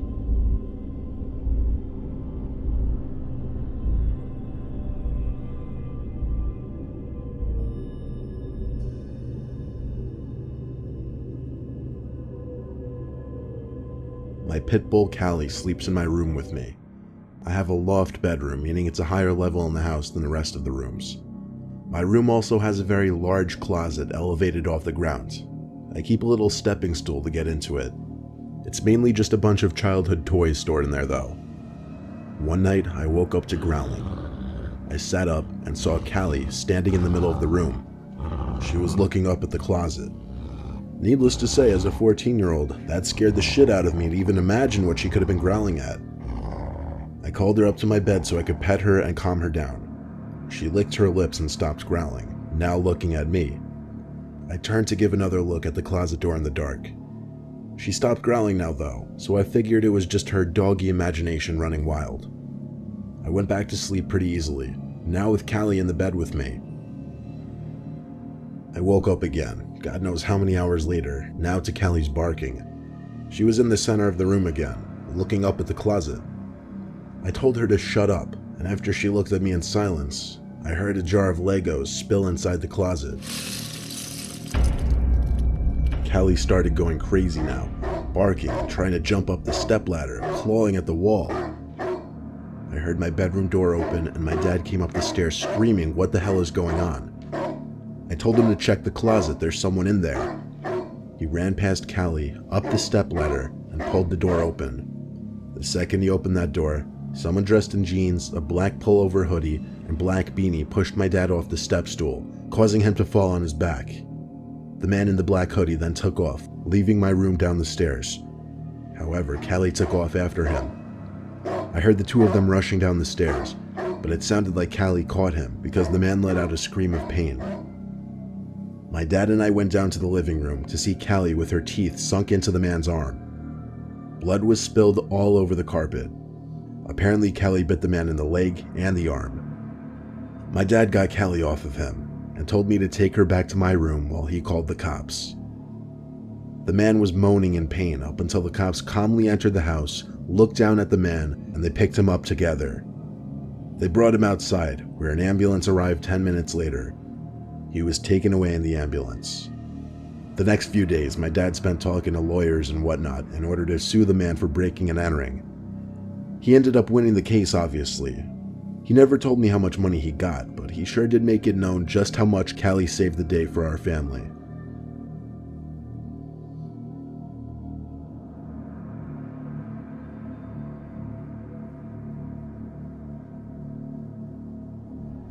The first dog I ever got was back in 1992, when I was 10 years old. My parents finally agreed to let me get my German Shepherd, my lifelong favorite dog. Only thing, they made me walk him twice a day as the one condition to owning him, once in the afternoon and once at night. His name was Calvin. This happened on a snowy December night. I begged my dad to let me just let Calvin in the yard, but he insisted I walk him. He always did, and walking him twice a day quickly became a huge chore. I threw on my snow boots, a sweatshirt, and then a jacket over that, and finally my snow hat. I was ready for the cold snowstorm. We set out into the neighborhood streets, Calvin pulling ahead as usual. There were no cars on the road at all on this night. There was simply way too much snow. We walked down the edge of the neighborhood by the woods. I remember wanting to see if the roads had been plowed anywhere yet. We came to an intersection between two very quiet roads by the woods at the edge of the neighborhood. That's where I ran into him. I heard the sound of footsteps crushing the snow behind me. Calvin turned first and barked a couple times. It was a man bundled up in snow gear. He had a scarf covering half his face, so all I could really see were his eyes. But I could still tell he was on the older side, 40 plus. His voice was muffled through his scarf as he called to me in a friendly voice. Then he did something unexpected. He picked up some snow, patted it into a snowball, and seemingly playfully threw it at me. I dodged it, now not knowing how to react. He came closer and started to pet Calvin. I was pretty uncomfortable, to be honest. The man stood back up after petting Calvin, then put his shoulder on me and said I shouldn't be alone out here on a night like this. I think I remember telling him I wasn't. I was with my dog. There were some more words exchanged. I don't remember what, but I do remember eventually walking away from that man without saying bye. Even though I didn't look back, Calvin kept looking back, and I slightly heard footsteps in the snow behind me again, so I knew he was following me. I figured he was following me home, which is why I was caught off guard when I heard the footsteps behind us increase in speed and intensity, causing Calvin to turn and start barking. The man grabbed me with one arm and covered my mouth with his other arm. I think Calvin started biting him, but he was wearing so many layers that he was able to ignore the pain, but only for so long. The man finally let go of his grip on me and aimed his attention at Calvin by kicking at him over and over. Eventually the man gave up and took off for the woods. Calvin pulled so hard after him his leash snapped off the collar, and off Calvin dashed, disappearing into the woods. I heard his barks fade away into the darkness as I screamed his name over and over. I returned home crying, telling my parents that Calvin was chasing after some man and that he was gone. I stayed up all night hoping he would return home. He never did. Calvin was my first dog, and losing him was my first real heartbreak. I like to think he was found and brought to a shelter somewhere, because I wholeheartedly believe that dog saved my life.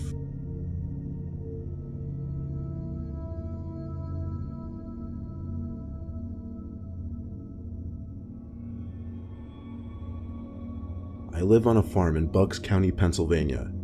It's just my wife and our infant son living there. Oh, and of course my Rottweiler, Jesse. We have Jesse sleep outside in his doggy house from the months of May to October. It serves as an extra form of protection and intimidation to potential burglars, but also allows for him to do his business freely without having to wake one of us up. Jesse always has a mount attached to his collar that connects to the doggy house so that he can't run away or get lost. Very seldom at night we hear Jesse barking, and given that he's a guard dog, he's trained to bark at suspicious people, so I always go out and check when we hear him barking. But again, it's very, very seldom. I'm gonna skip the fluff and get right to the night that my wife and I woke up at like 1:30 a.m. to Jesse's barks outside. I told my wife, who was also sitting up with me, to wait in the bed. I'll go have a look. I slipped on my shoes and went outside in my robe. Jesse took notice to me for a second, but resumed barking in the direction of our crops. I had to go back inside for a flashlight and Jesse's leash, because I planned on going in the crops with him. After clipping Jesse's leash onto his collar, he knew right away to take a lead. He led me into the crops. I had the flashlight on, but given the basic nature of a cornfield, I didn't really see much in front of me besides crops in my face, regardless of the light. Jesse stopped barking, but he was still pulling me through the crops, as if he knew exactly where he was going. Then, out of nowhere, he stopped sniffing and just stopped. He looked up, but I didn't know if he heard something, if he was looking at something, or if he was just lost. The two of us stood in silence right there for a little bit. I heard crops in the near distance being brushed around suddenly. Jesse's head was all over the place. He was looking left, then right, then left again, as if he were hearing sounds coming from everywhere. He started barking and pulling again, but this time I yanked him back to stay put. I swallowed and took a deep breath before calling out into the night that this was a private property and anyone caught trespassing would be brought to jail. It took more bravery calling that out than you may think. And of course I was going to yell out a threat like that. What else could I say? The situation felt so surreal. And then...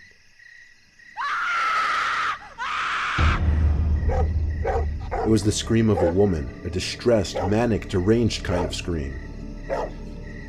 Jesse started pulling in the direction of the screams, but the more we ran, the further the screams seemed to get, until they completely stopped. Then Jesse once again stopped running and started looking around in different directions. Suddenly, there was the sound of someone zooming past us, rushing through the crops. In fact, they were so close I could see some of the crops maybe 5 feet from my face being brushed aside. This time, I let Jesse off the leash. I told him to go, catch them. Jesse disappeared in seconds. I heard his barks, though. He was getting further away with every passing second, until I was sitting in the middle of the crops alone, shaking in fear. I was so scared, I didn't even want to move in fear of making noise and giving away my position. I was as scared as a young child. Then, the most horrific thing to ever happen to me happened.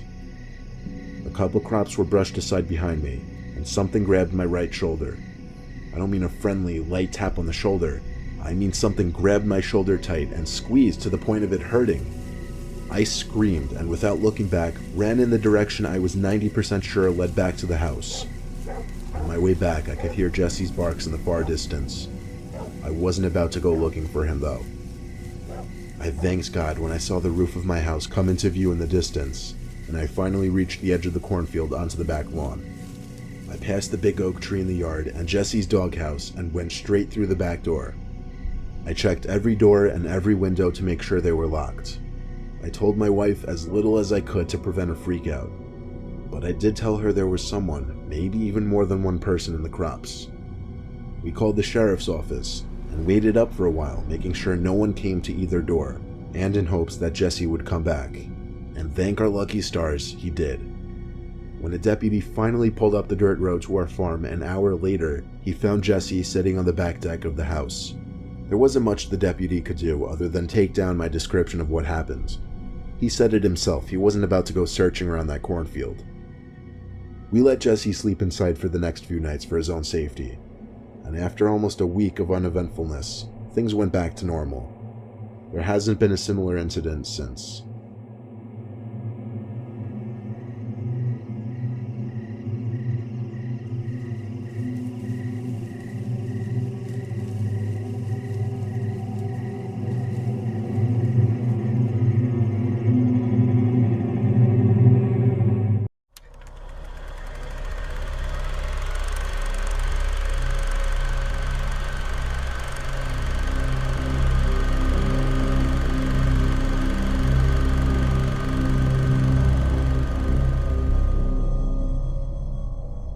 It was April of 2015.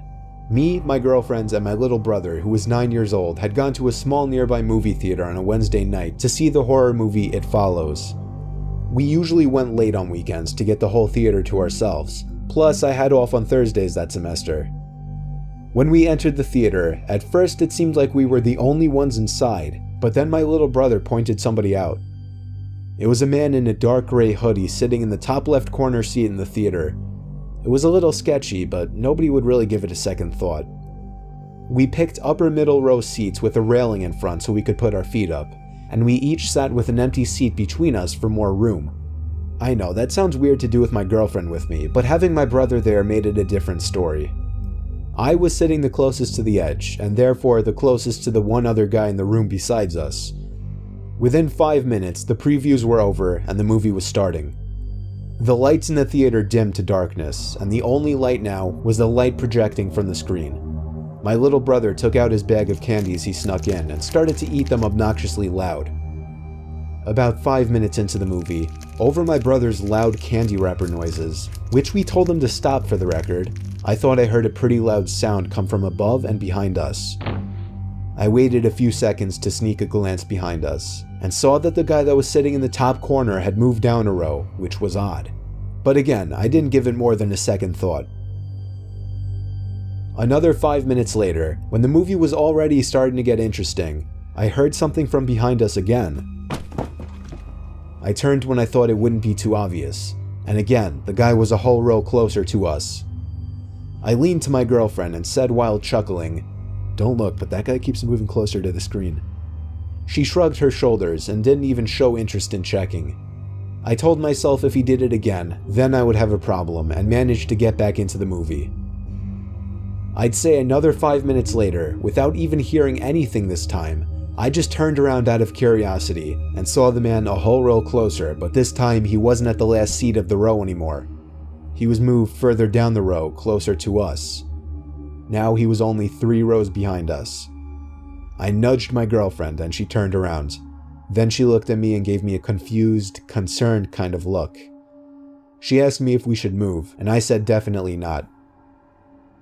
At this point, I wasn't able to pay attention to the movie anymore. Even though I was facing the screen, I felt like the man's gaze was hitting me in the back of the head. I told myself if he moves closer, I would turn around and firmly ask him what he was doing. But then I also thought, what if I'm looking too much into this? What if he's just a normal guy who happens to keep switching seats for a better view?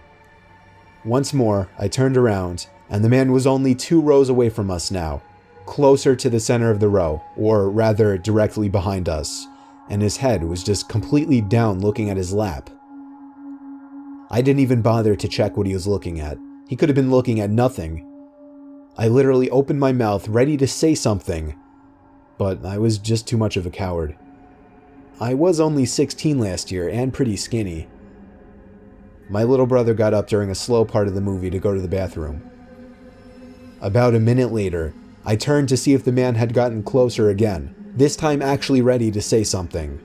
But I was shocked to see nobody behind us. It was completely empty. I told my girlfriend, and she said good. But then I stood up in pure fear, thinking of my little brother. Telling my girlfriend to wait there and running out of the room and into the empty theater halls, I saw the man in the gray hoodie entering the men's bathroom down the hall. Fearing for my little brother's safety, I ran down the hall toward the bathroom, opened the door, and saw the man literally on his knees peeking under the 2 stall doors. Then he looked at me, and at the same time I heard my little brother call me from down the hall. I saw him waving me over in confusion. I ran to him, got my girlfriend out of the movie room, and we went to the front desk. The teen working the front ticket stand called the police, showed us and the cops the video footage of the man walking down the hall, and then we filed a police report. I'm just so grateful that my brother went to a different bathroom down the opposite direction of the hall, because if he had been in there, even with my showing up to save him, I have no idea what would have happened. It's been over a year now, and the man was never identified.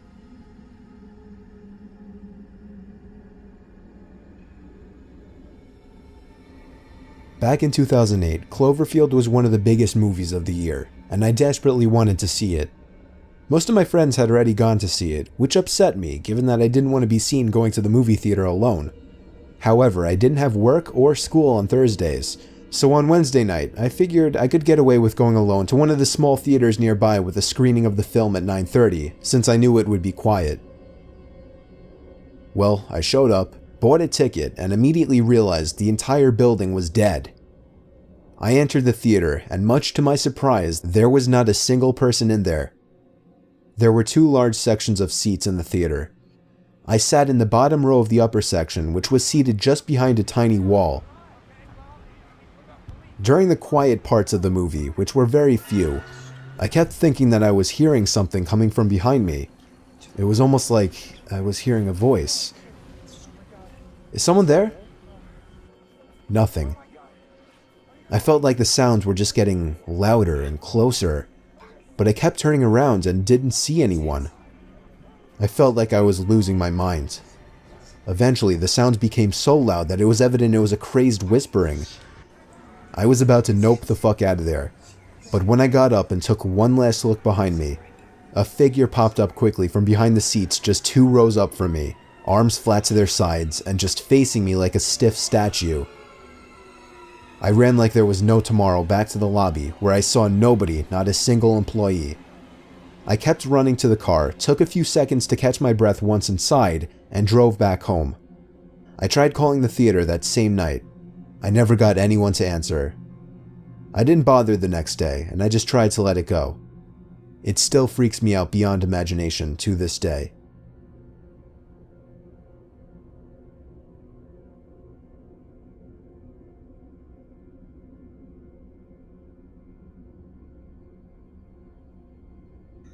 One of my first jobs was working at a movie theater in Huntington on Long Island. It was an okay gig for a 16-year-old. Dealing with the general public in Mass, you'll always run into creeps. However, there was one creep and one really weird situation that I still have nightmares about. It was a Monday, like 11 o'clock at night, and the last 2 playing movies were finishing up, which was earlier than usual. On weeknights, I would usually be out of there by midnight during the summer. Anyway, I was the only one working besides Kathy, the lady behind the popcorn counter who was closing up. I was sitting on the carpeted steps next to my ticket podium on my phone when Kathy yelled over to me to sweep the floors. She told me she was heading out and would be back within the hour to close up. I hurried up with the sweeping and sat back down to get back to playing a Tetris-like game on my flip phone. I was left alone a lot like this, and this was the one time during my shifts that I feared something such as a late-night robbery might easily take place. Suddenly, I heard the front door to the theater pull open with force. I stared down at the doorway to the lobby, which blocked the actual entrance section, waiting for someone to walk through, and hoping it would be Kathy. After all, she would have locked the doors anyway at this hour. I called out Kathy's name, and suddenly, an upper middle-aged man with a big brown faded jacket came wandering in, immediately locking his eyes onto mine. I told him we were closing up and he had to leave.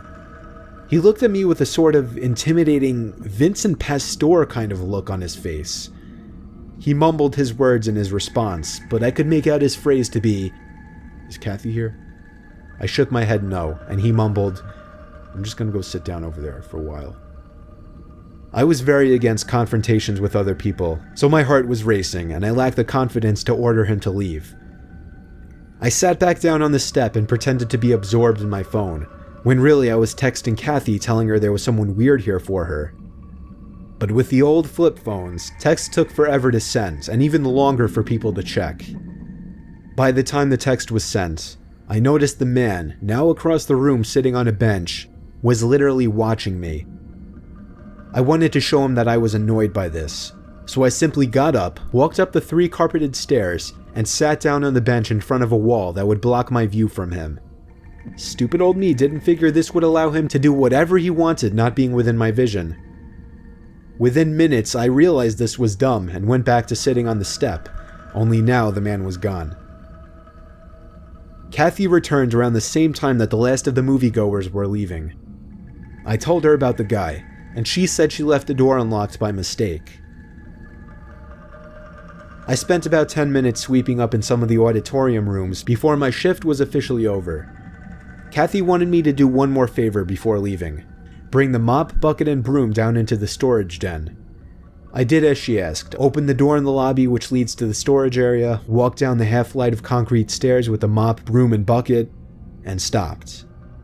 Behind one of the boilers, I could see as clear as day an arm tucked away in the corner. It was the man, and he was very clearly trying to hide. I pretended like I didn't notice and walked back up the stairs. I locked the door behind me and ran to Kathy. She checked the camera footage first, and this is where things got disturbing. Within the period of time that I was hiding from the man, the surveillance cameras caught him getting up and leaving the theater. Kathy seemed surprised and declared, "That's my ex-husband." I felt like my heart was starting to drop as she said this, and I was starting to put things together. I assured her there was in fact somebody down there. She took out her cell phone and dialed not for 911, but rather for her ex-husband as she left the building. I followed her, afraid to stay in the theater alone. Kathy suddenly started to panic, as it seemed her ex-husband hung up the phone on her. She then called the cops, and what she explained to them shocked and disturbed me. When she hung up the phone, she was in a panic, and she tugged me away from the building. It turned out her ex-husband arrived to the theater to get her out of there, because he had apparently run into some trouble with a guy he knew who threatened to kill Kathy for whatever messed up reason. The cop cars pulled up into the parking lot with their sirens blaring. Minutes later, they came out with some old Italian mobster-looking guy in cuffs. Kathy never showed up for work after that, and I was never able to get the full backstory out from anyone. I was the coolest guy at the theater for a while since I witnessed all of this. I just really wish I got the full story though, because it really interested me. I never saw Kathy, her ex-husband, or that random guy who potentially almost killed me had I approached him ever again.